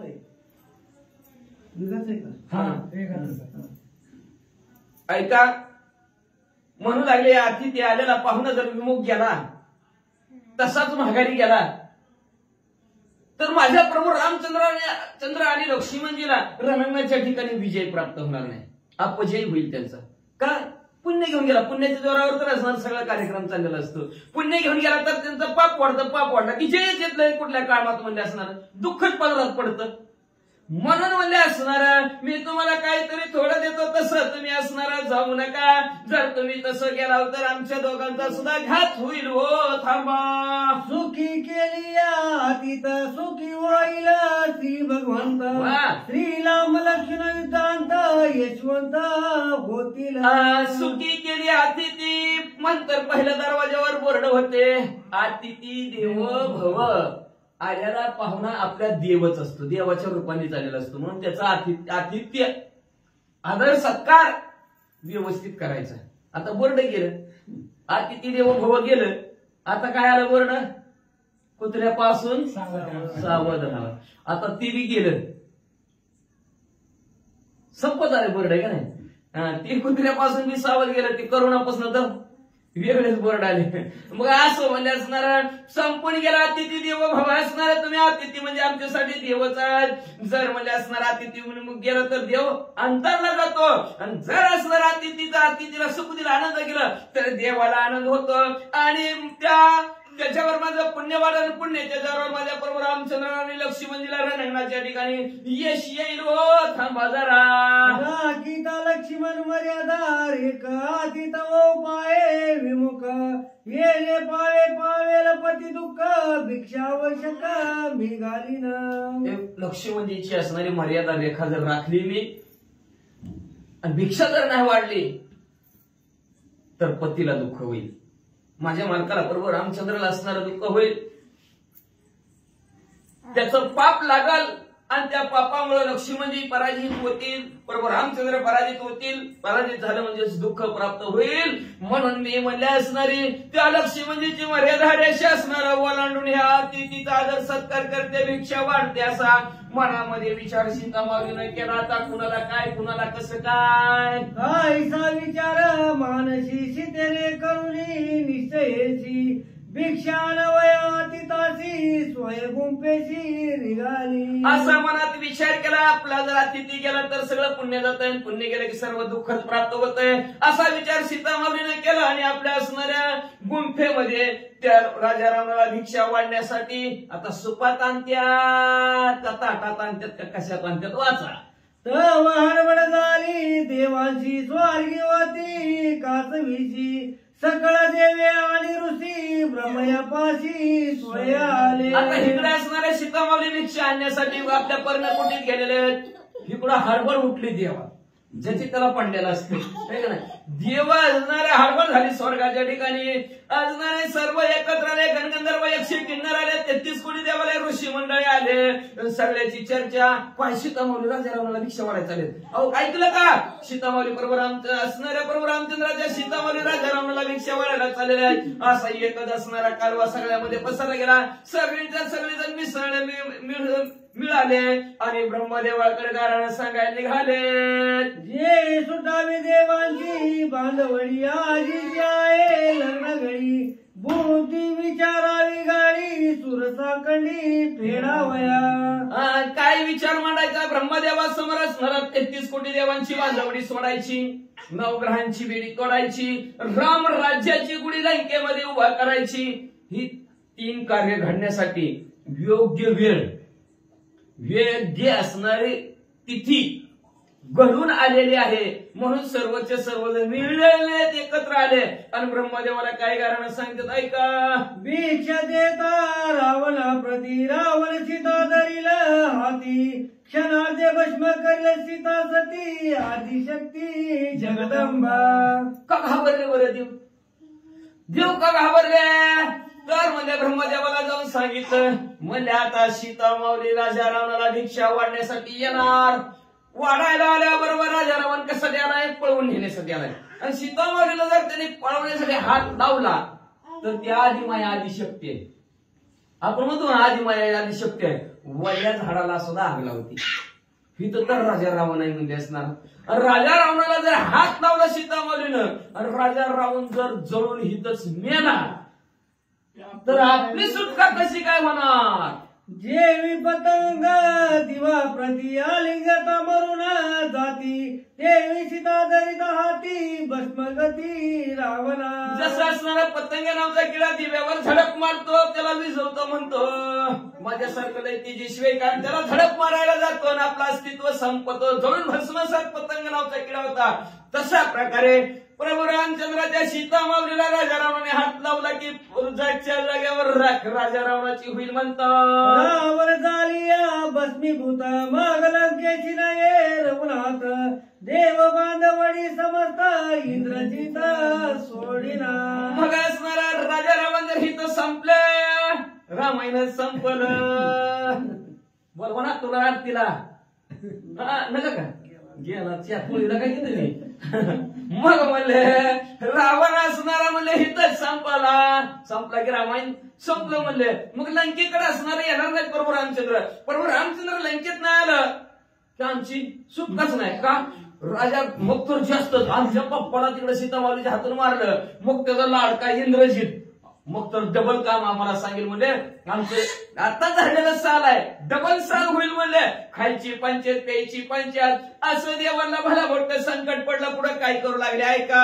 आईचे विचारुनी जाण गुंपेशी येऊनी सुरगण धरिले सीतेचे निज चरण भिक्षा पण घालावी. अशा प्रकारे देव घाबरल्या म्हणजे आमची सुटका होणार नाही. आम्हाला अजून त्या राजारामाची साल कुठवर मोरस सालच साल संपणार नाही म्हणले. आमचं बरोबर रामचंद्र आले की साल संपणार आहे कामाचं. बरं आपल्या भाषेत साल म्हणते त्याला साल घातलेलं. मग म्हणले सालाने ठेवले म्हणा की राजारावण्याने. ती प्रभू रामचंद्र आल्याशिवाय आम्ही त्याच्या दावडीत ना सुटणार नाहोत. हे असणाऱ्या भीतीनं घाबरलेले देव सर्वचे सर्व 33 कोटी देव असणारे पंचवटीच्या ठिकाणी उतरलेले आहेत. सीतामाऊलीच्या गुहेमध्ये गेलेले असणारे त्या पर्णकुटीमध्ये गेलेले त्या सर्वचे सर्व 33 कोटी देव पर्णकुटीत शिरले.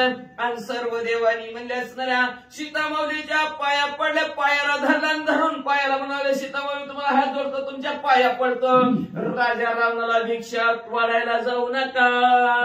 तिथं जाता विमुख श्रीराम लक्ष्मण पावती दुःख तुम्ही सर्वज्ञ देव लोक विवेक मत सांगा. तुम्हाला हात जोडतो तुमच्या पाया पडतो. राजा रावणाला भिक्षा वाढायला जाऊ नका असं सीतामाऊलीला देव म्हणू लागले. सीतामाऊली म्हणू लागल्या देवांना काय देव विवेक आहे तुम्ही असणारे. चांगलं काय वाईट काय ह्याचा विचार करणार आहेत म्हणजे तुम्ही. अहो आमची इथं आलेला पाहुणा आहे तो राजा रावण. आणि त्या पाहुण्याला जर नाही भिक्षा वाढली आम्हाला पाप लागतं. आणि त्या पापाचं फळ आहे दुःख. आणि ते दुःख कुणाला भोगावं लागणार आहे. मला तर भोगावं लागणारच लागणार. पण शास्त्र सांगतंय पत्नीनं केलेलं पतीला भोगावं लागतं. पतीनं केलेलं पत्नीला भोगावं लागतं. पण पतीनं केलेलं भोगावं लागत नाही बरं का.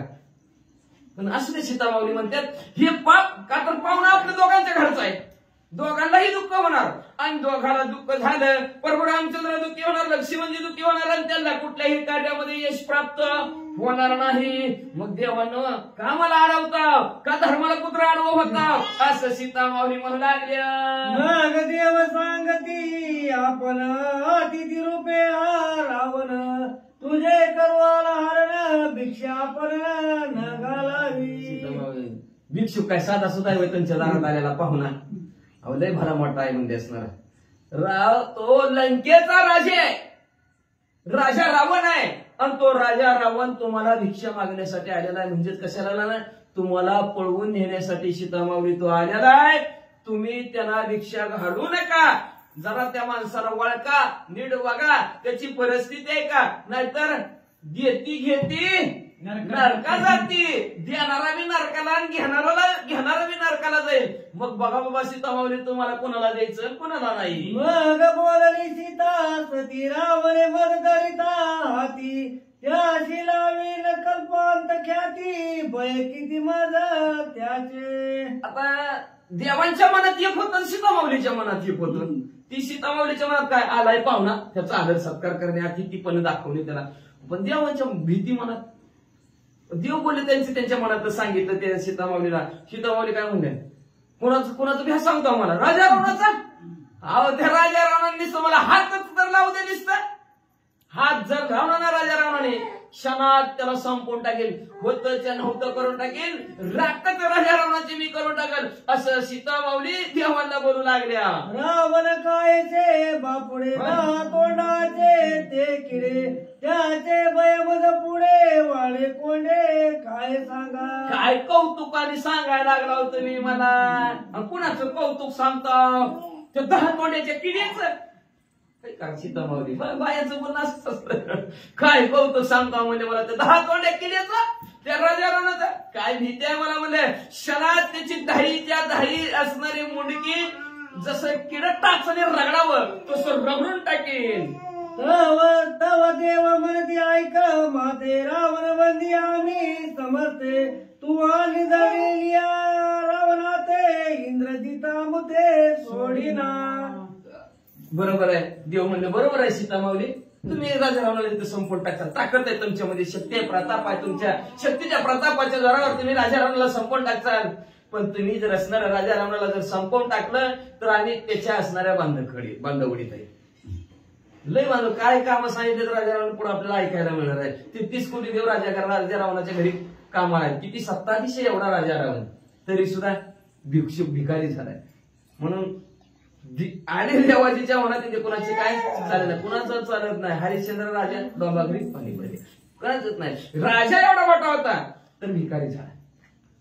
त्याला म्हणायचं देव कधी कुणाला काय बनवेल आणि कधी कुणाला कुठल्या स्तरावर नेऊन ठेवेल सांगता येत नाही. आणि अशा राजा रावणाला म्हणजे संपवू नका सीता माऊली. का तर राजा रावणाच्या हितामध्ये आम्हाला असणारा सर्वच्या सर्व आम्ही म्हणजे असणारा काम करतोय म्हणले. आणि तुम्ही जर इथं राजा रावणाचं संपून टाकलं तर त्याच्या पोराला इंद्रजिताला कळेल आणि इंद्रजित आम्हाला काय सोडणार नाही, परत जास्तच आमच्याकडून काम करून घेईल. करावया मुझे बंद मोचन तुम्हा दोघांचे अवतरण. तुझी पाय विचारून पूर्वविधान निज योग. ऐका सीता माऊली, तुम्ही जरा पूर्वीचा आठवा. आलोय कशासाठी तुम्ही असणार? तुम्ही हा पृथ्वी तलाला अवतार कशा जरा धारण करायला. अवतार तुम्हाला धरावया कारण उद्धारावय जडजीव. जडजीवांचा तर उद्धार करायला तुमचा अवतार धारण झालेलाच आहे. पण मूळ असणारं कारण काय? 33 कोटी देवांची बांधावडी सोडायची, आम्हाला बंधनातून मोकळं करायचं त्या राजा रावणाला तुम्हाला. म्हणून त्याच्यासाठी तुम्ही दोघांनी अवतार धारण केलेला आहे. विचार करा जरा तुम्ही सीता माऊली. तो विचार करून तुम्ही भिक्षा वाढायला जावा असे देव समजून सीता माऊलीची घालू लागले. कोणी देवांचे वचन सीता झाली हास्यवदन. पावरी मुळाची निज पुन्हा काय आपण बोलली. देवांचं बोललं सीता माऊलीनं ऐकलं आणि हसू आलं सीता माऊली. म्हणजे आमचं काय चाललंय ह्यांचं काय चाललंय ऐका नाही म्हणल्या. असं त्या म्हणजे असं झालं जसं असं तसं म्हणले सीता माऊली. म्हणजे हसू आलं आणि हसून म्हणू लागल्या मूळ आपण कसं चालवलं ही खुल पटली गेली सीता माऊलीला. आणि असणाऱ्या सीता माऊली परत देवांना काय बोलू लागले ऐका. जरी मी राहिले गुप्त स्थिती तरी रावणाला से विचारती. त्याची काय कराल युक्ती ते मज प्रती सांगावी. सांगावं आता तुम्ही सांगा म्हणजे देवांना. मी जर आतमध्येच असं बसून राहिलं तर ते राजा रावण आलेला दारातला किती वेळ उभा राहील, किती वाट बघेल माझी म्हणले असणार. मग मी त्याला भिक्षा वाढावी आणि माझ्या असणारा अतिथी विनमुख जाता कामा नाही. त्याचा आदर सत्कार व्यवस्थित माझ्याकडून व्हावा. माझंही पुण्य संपणार नाही. आम्ही बी सुखी, तोही सुखी आणि तुम्ही बी सुखी, सगळे सुखी म्हणजे. नंतर दोघात तिसरा सगळंच विसरणार होय का नाही. तसं काय भानगड करू नका. तुम्ही म्हणताल तसं मी करते. भिक्षा वाढायला जाऊ का नको सांगा. देव बोलते निज योग्यता रावणाच्या भिक्षाता. आम्ही करू माई कसिता तेने जन दुहिता स्वयाचे. मग देव बोलायला सुरुवात केलं. सीता माऊली तुम्ही जाऊच नका म्हणले असणार. तुम्हाला भिक्षा वाढायची, राजा रावणाला सुखी करायचं, तुमचं तुम्हाला ते सुखी व्हायचं. तर आम्ही काय म्हणतो करता म्हणजे डुप्लिकेट सीता तयार करता. डुप्लिकेट आहे का नाही. डुप्लिकेट सीता तयार करता. मेनाचा पुतळा तयार करता. काहीतरी टॅटू नाही स्टॅच्यू काहीतरी असतं की नाही. स्टॅच्यू इलेक्ट्रॉनिक काय ते लक्षात येणं नाव माझे. मग म्हणले तशा प्रकारचं डुप्लिकेट सीता माऊली तयार करतो. तिला भिक्षा वाढण्यासाठी लावतो म्हणले. असं म्हणल्याबरोबर सीता माऊलीला हसू आलं की सीता माऊली म्हणले माझं काय कुठं बनत असतो काय. साकारानी सचेतनता माईक रूपे श्रीराम कांता. करू न सके तो विधाता तुम्ही तत्वता महामूर्ख. साकार हुबेहूब आणि सचेतन चेतना असलेली. ती लाईटीवर बॅटरीवर कोणी बी चालवून म्हणले.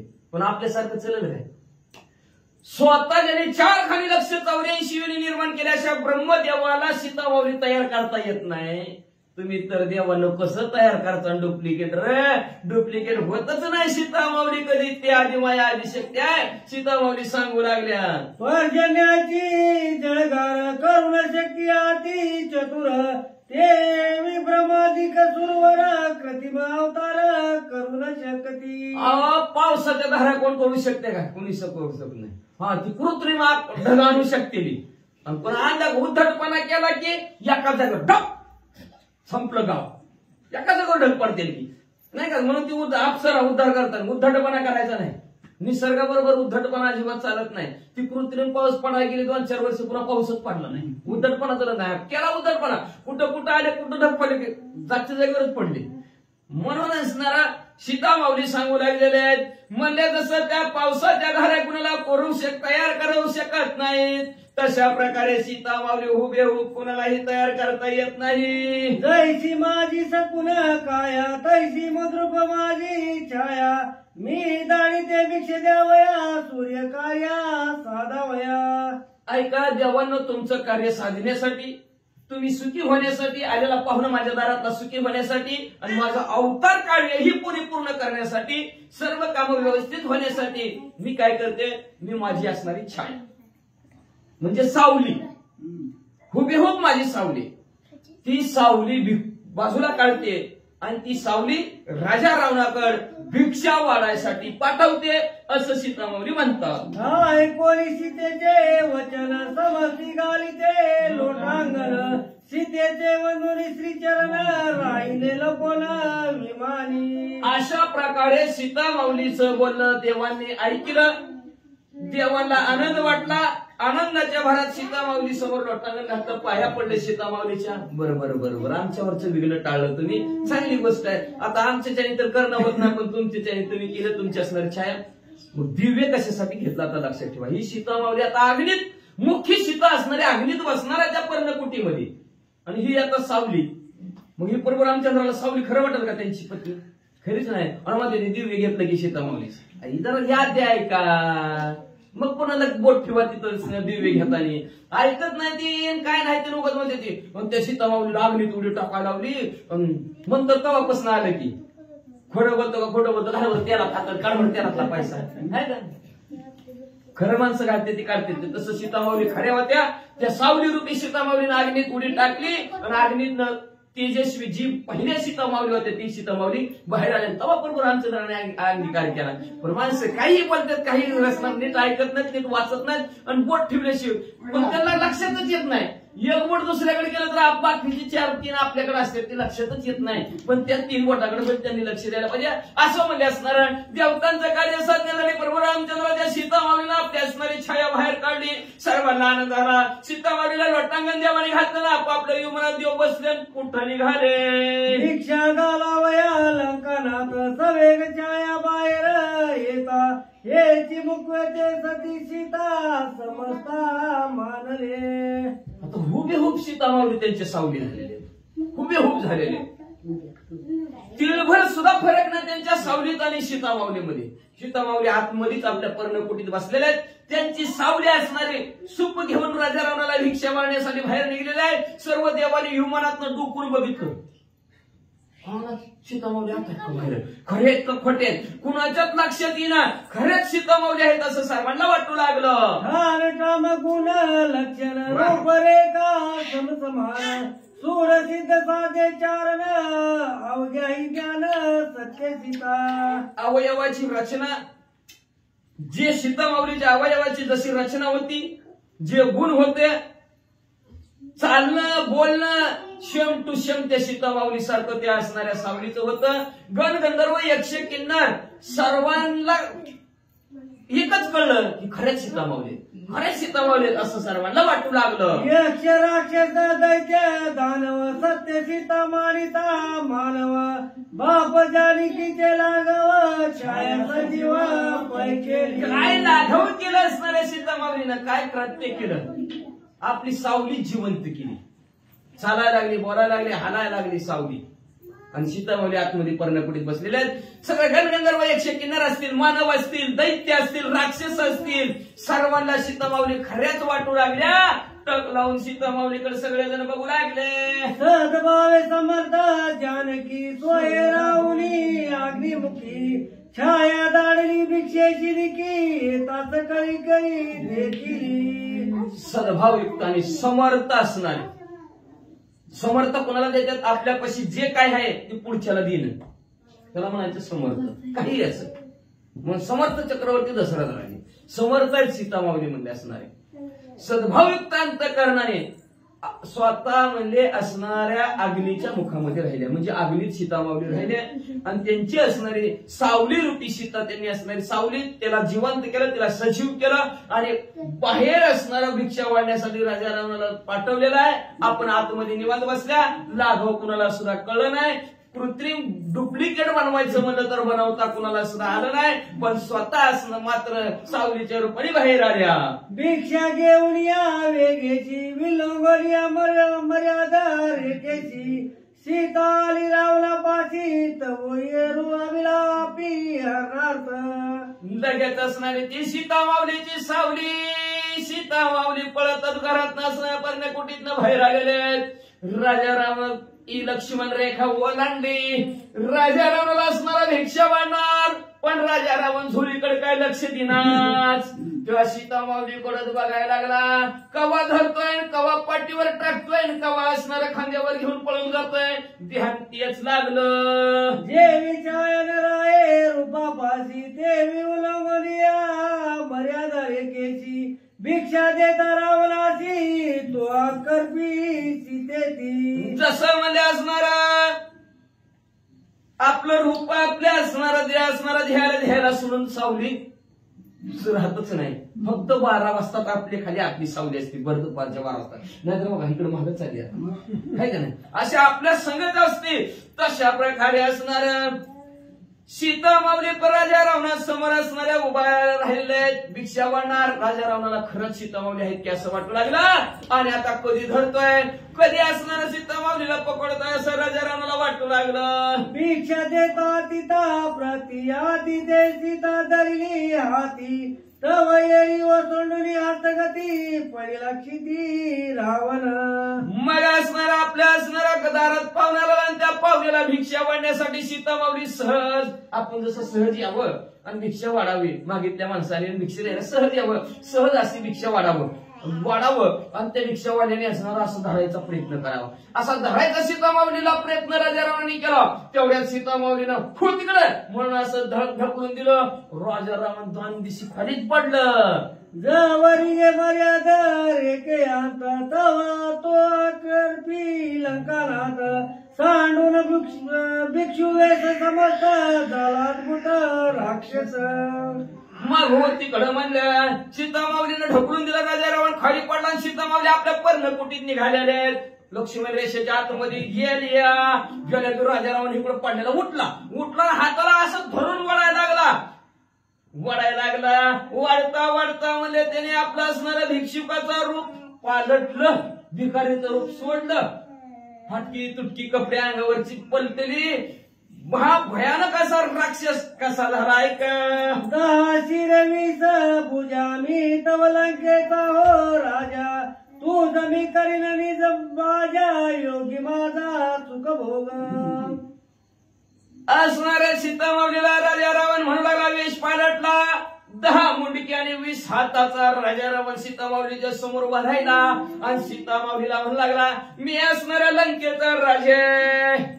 आता तू आनंदाने माझी भाजी हो, माझी पत्नी हो म्हणजे असणार आणि सुखाचा उपभोग लंकेत जाऊन घेऊ असं राजा रावण सीता माऊलीला बोलू लागले. राम तापसी दिन वदनी काष्टलीची वसतावनी तुझ करीन पटराणी मुख्य विलासिनी मंदोदरी. हाय का म्हणले असणारे सीता माऊली, तुम्ही म्हणले हे असणाऱ्या वनाच्या ठिकाणी फार कष्ट झालं होतं, मला फार दुःख झालं. म्हणजे का तर ती वनवासी प्रभू रामचंद्र म्हणजे असणार तापसी हीन दिन, कधी काय आणाय सांगितलं तर कधी काय आणत नसते रे, काय खायला नाही ना प्यायला नाही. तिकडं चला आमच्या लंकेमध्ये किती खायला आहे किती प्यायला आहे, पावली वडापावचं काम आहे म्हणजे असणार, चाचे हाटेल आहे ती लय काय काय काय काय म्हणजे आमच्या लंकेच्या ठिकाणी. मी राजा म्हणल्यावर काय कमी आहे का म्हणजे असणार सीता माऊली. चला म्हणजे तुम्ही म्हणजे असणार, मी तू आमच्या घरी तुम्हाला नेलं की पट्टराणी बनवतो. ती मंदोदरी सुद्धा असणारी माझी आवडती, ती सुद्धा तुमची दाशी. हा तुझ बचत माझे अंकी मंदोदरी मुख्य सेवकी आईशी शस्त्र राणे आणखी तुझ्या पटकी मी करीन. अहो म्हणजे असणारे सीता माऊली तुम्ही असणार माझी पत्नी झाला मी तुम्हाला माझ्या मांडीवर बसवीन. आणि माझी असणारी आता ती जी आवडती असणारी जी का मंदगरी आहे ती म्हणली असणारी सेवक बनवी तुमची दासी बनवीन म्हणली असणारी. ती तर दासी सोडा पण अजून माझे 80,000 आहेत म्हणल्या. त्या 80,000 मी तुमच्या भटकीन बनवीन म्हणले असणारे. सगळ्या तुमची सेवा करण्यासाठी पटपट पटपट कामाला तुम्ही निवांत बसायचं म्हणजे वाचा. मी ब्रह्मयाचा नातू प्रसिद्ध कुबेराचा दाटका बंधू. माझा वंश अतिशुद्धू चांडी चेंदू श्रीरामाचा. अरे त्या परमरामचंद्राचा नाक सोडून दे म्हणले. आणि कोण आहेस मला सांग का म्हणले. विचारले का सीतामाऊलीनं बळच सांगायला लागलं.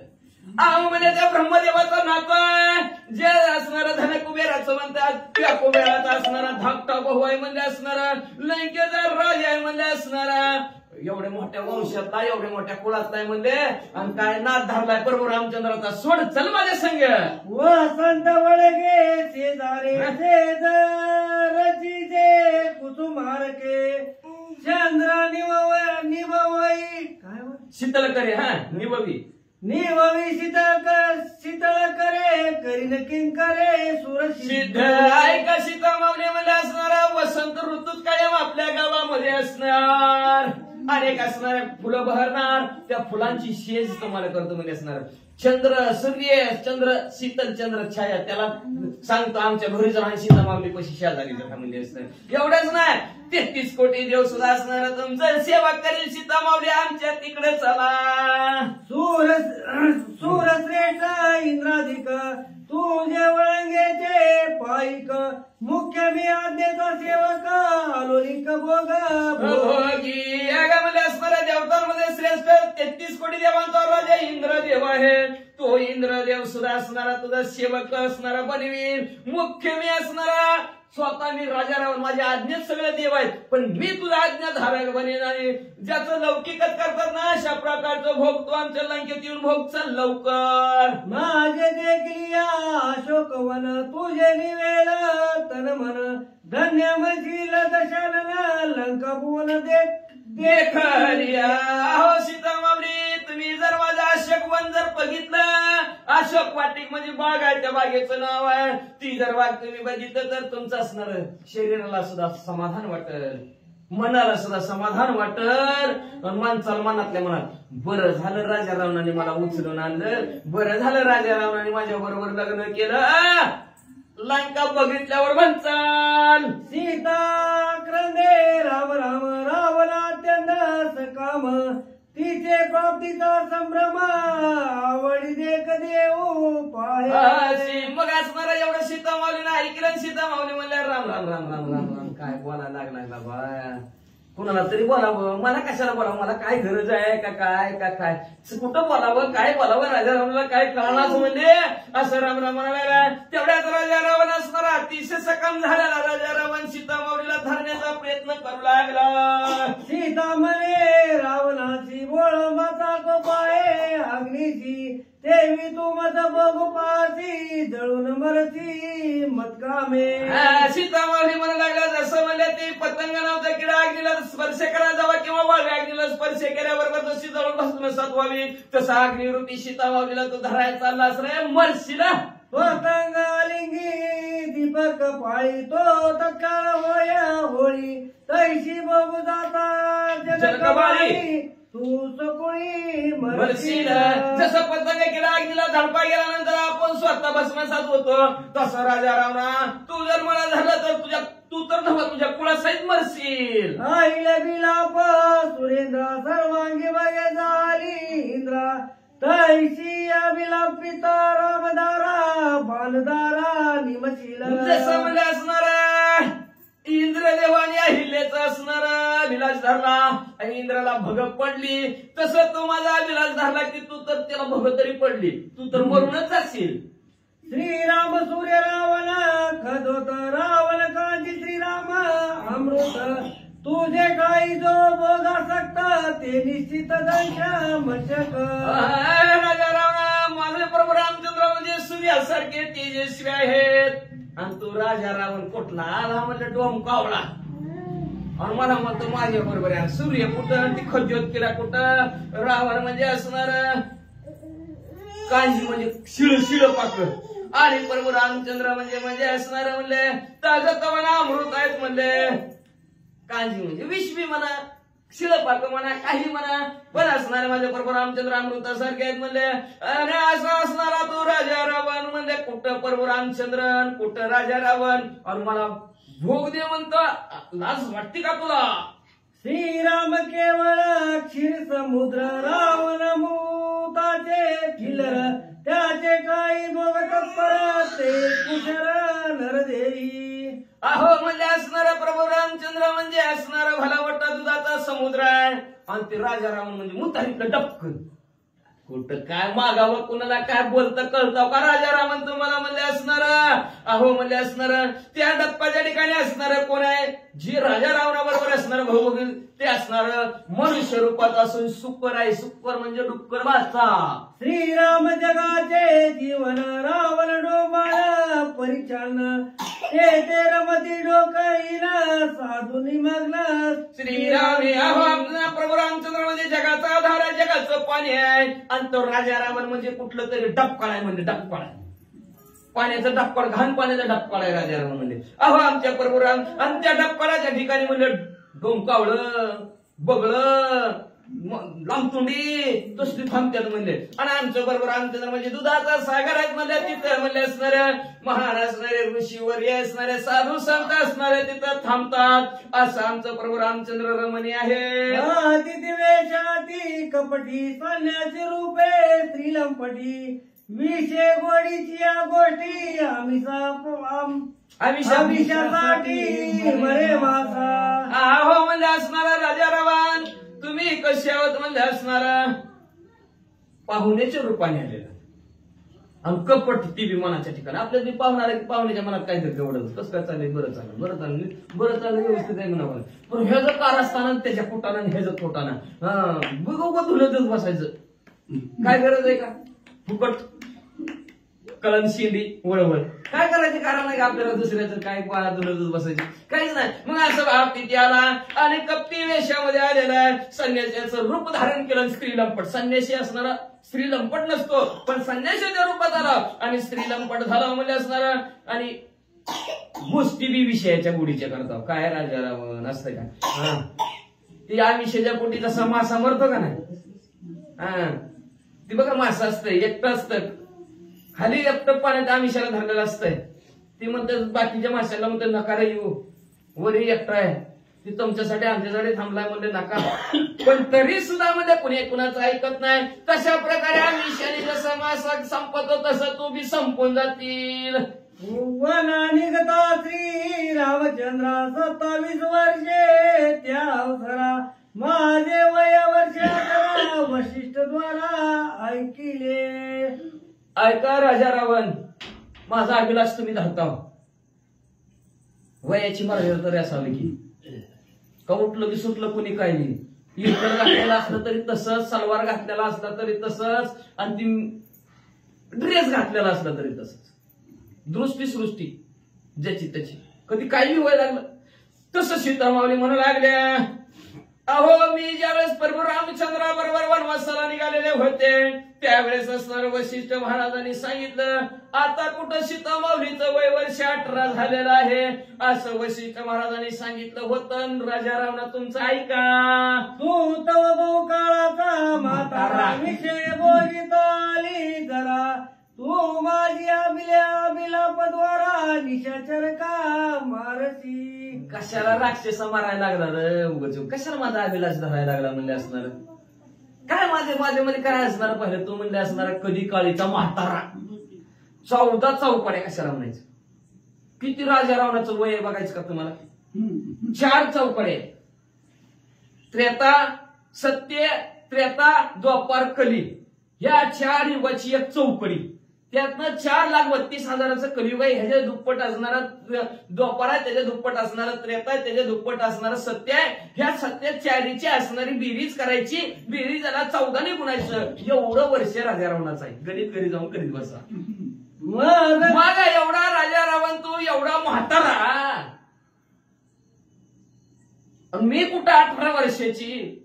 कसं राजाराम तुमच्या बुद्धीला पटायला पाहिजे सीता माऊली म्हणू लागल्या. मागण्या वयकायची शक्ती व्रता वल्ग तोची धरुणी भ्रांती दावले येऊनी श्री रघुपती करील शांती बाले ऐके. कशी ताकद तरी तुझ्या अंगात निर्माण झाली रे, मला उचलून न्यायची, मला हात लावायची.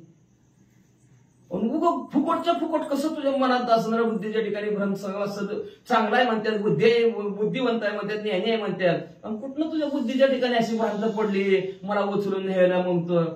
आणि मला जर हात लावला तेवढ्यात मी हात मारली प्रभू रामचंद्राला, हो बघितलं का ही पाहुणा. आणि बाहेर जर माझं प्रभू रामचंद्र आला आणि त्यांनी जर धनुष्याला बाण लावला, एकाच बाणाने मारतील की रे तुला.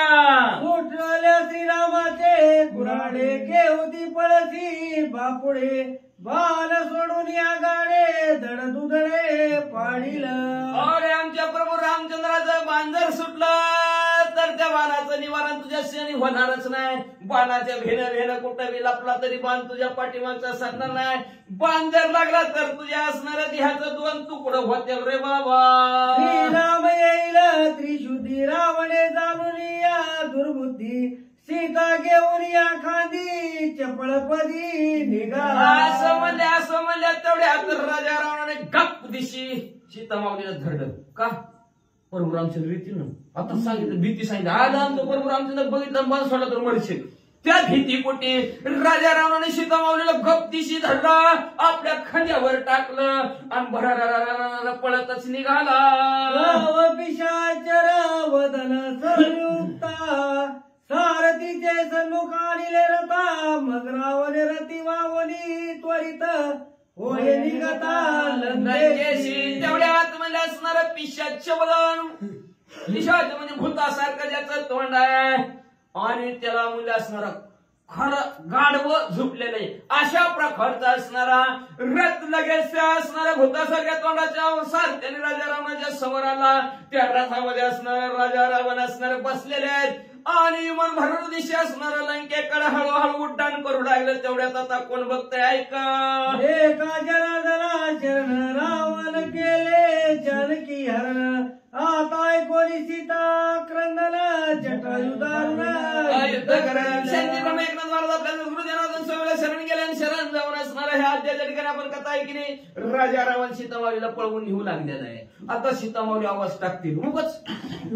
खऱ्या सीतामाऊली तर कुठं आहे त्या आतमध्येच बसल्यात पर्णकुटीत. ही खोटे सीतामाऊली लागलं, पण जगाला कळण्यासाठी सगळ्यांना खरं वाटावं म्हणून सीतामाऊली मोठ्याने खांबातील प्रभू रामचंद्र. मग प्रभू रामचंद्र तर लांब गेलेले आवाज काय ऐकू जाणार नाही. तेवढ्या जटायू नावचे असणारे पक्षी आहेत जे जटायू प्रभू रामचंद्राचा आवाज सीतामाऊलीचा आवाज ऐकतील आणि त्यांना राजा रावणाच्या तावडीतून सोडवण्याचा प्रयत्न करतील. सुंदर गोड कथा उद्याच्या अध्यात ऐकायचं विनंती श्रोते मंडळींना ग्रंथ करतात. जटायू रावणा ते दंडून सीता सोडविला आपण रावण करील जटायू छळला ते निरूपला. जटायू आपल्या ताकदीच्या जोरावर राजा रावणाबरोबर असणारा युद्ध करील. युद्धात जटायू जिंकल, सीतामाऊलीची सोडवणूक करील. पण राजा रावण जटायू सोबत कपट करील, जटायूला संपून टाकेल. कपटाने राजा रावण आणि सीतामाऊलीला पळवून येईल. शांतीप्रमाणे एकनाथ महाराज आपल्या सद्गुरू जनार्दन स्वामीला शरण जाऊन सांगतात उद्याच्या अध्यायाची गोड कथा असणार आहे. राम भक्त आणि राक्षस असणार राजा रावण हे दोघांचं घनघोर होणार आहे. गोड कथा आहे तर ऐका अशी विनंती श्रोते मंडळीला करतात आणि या अध्यायाचं कथानक संपवितात. भावार्थ रामायणे जानकी रावण हरण राम षोडशाध्याय बोला श्रीकृष्ण अर्पणमस्तु. शुभम भवन्तु. पुण्यकालः विठ्ठल श्री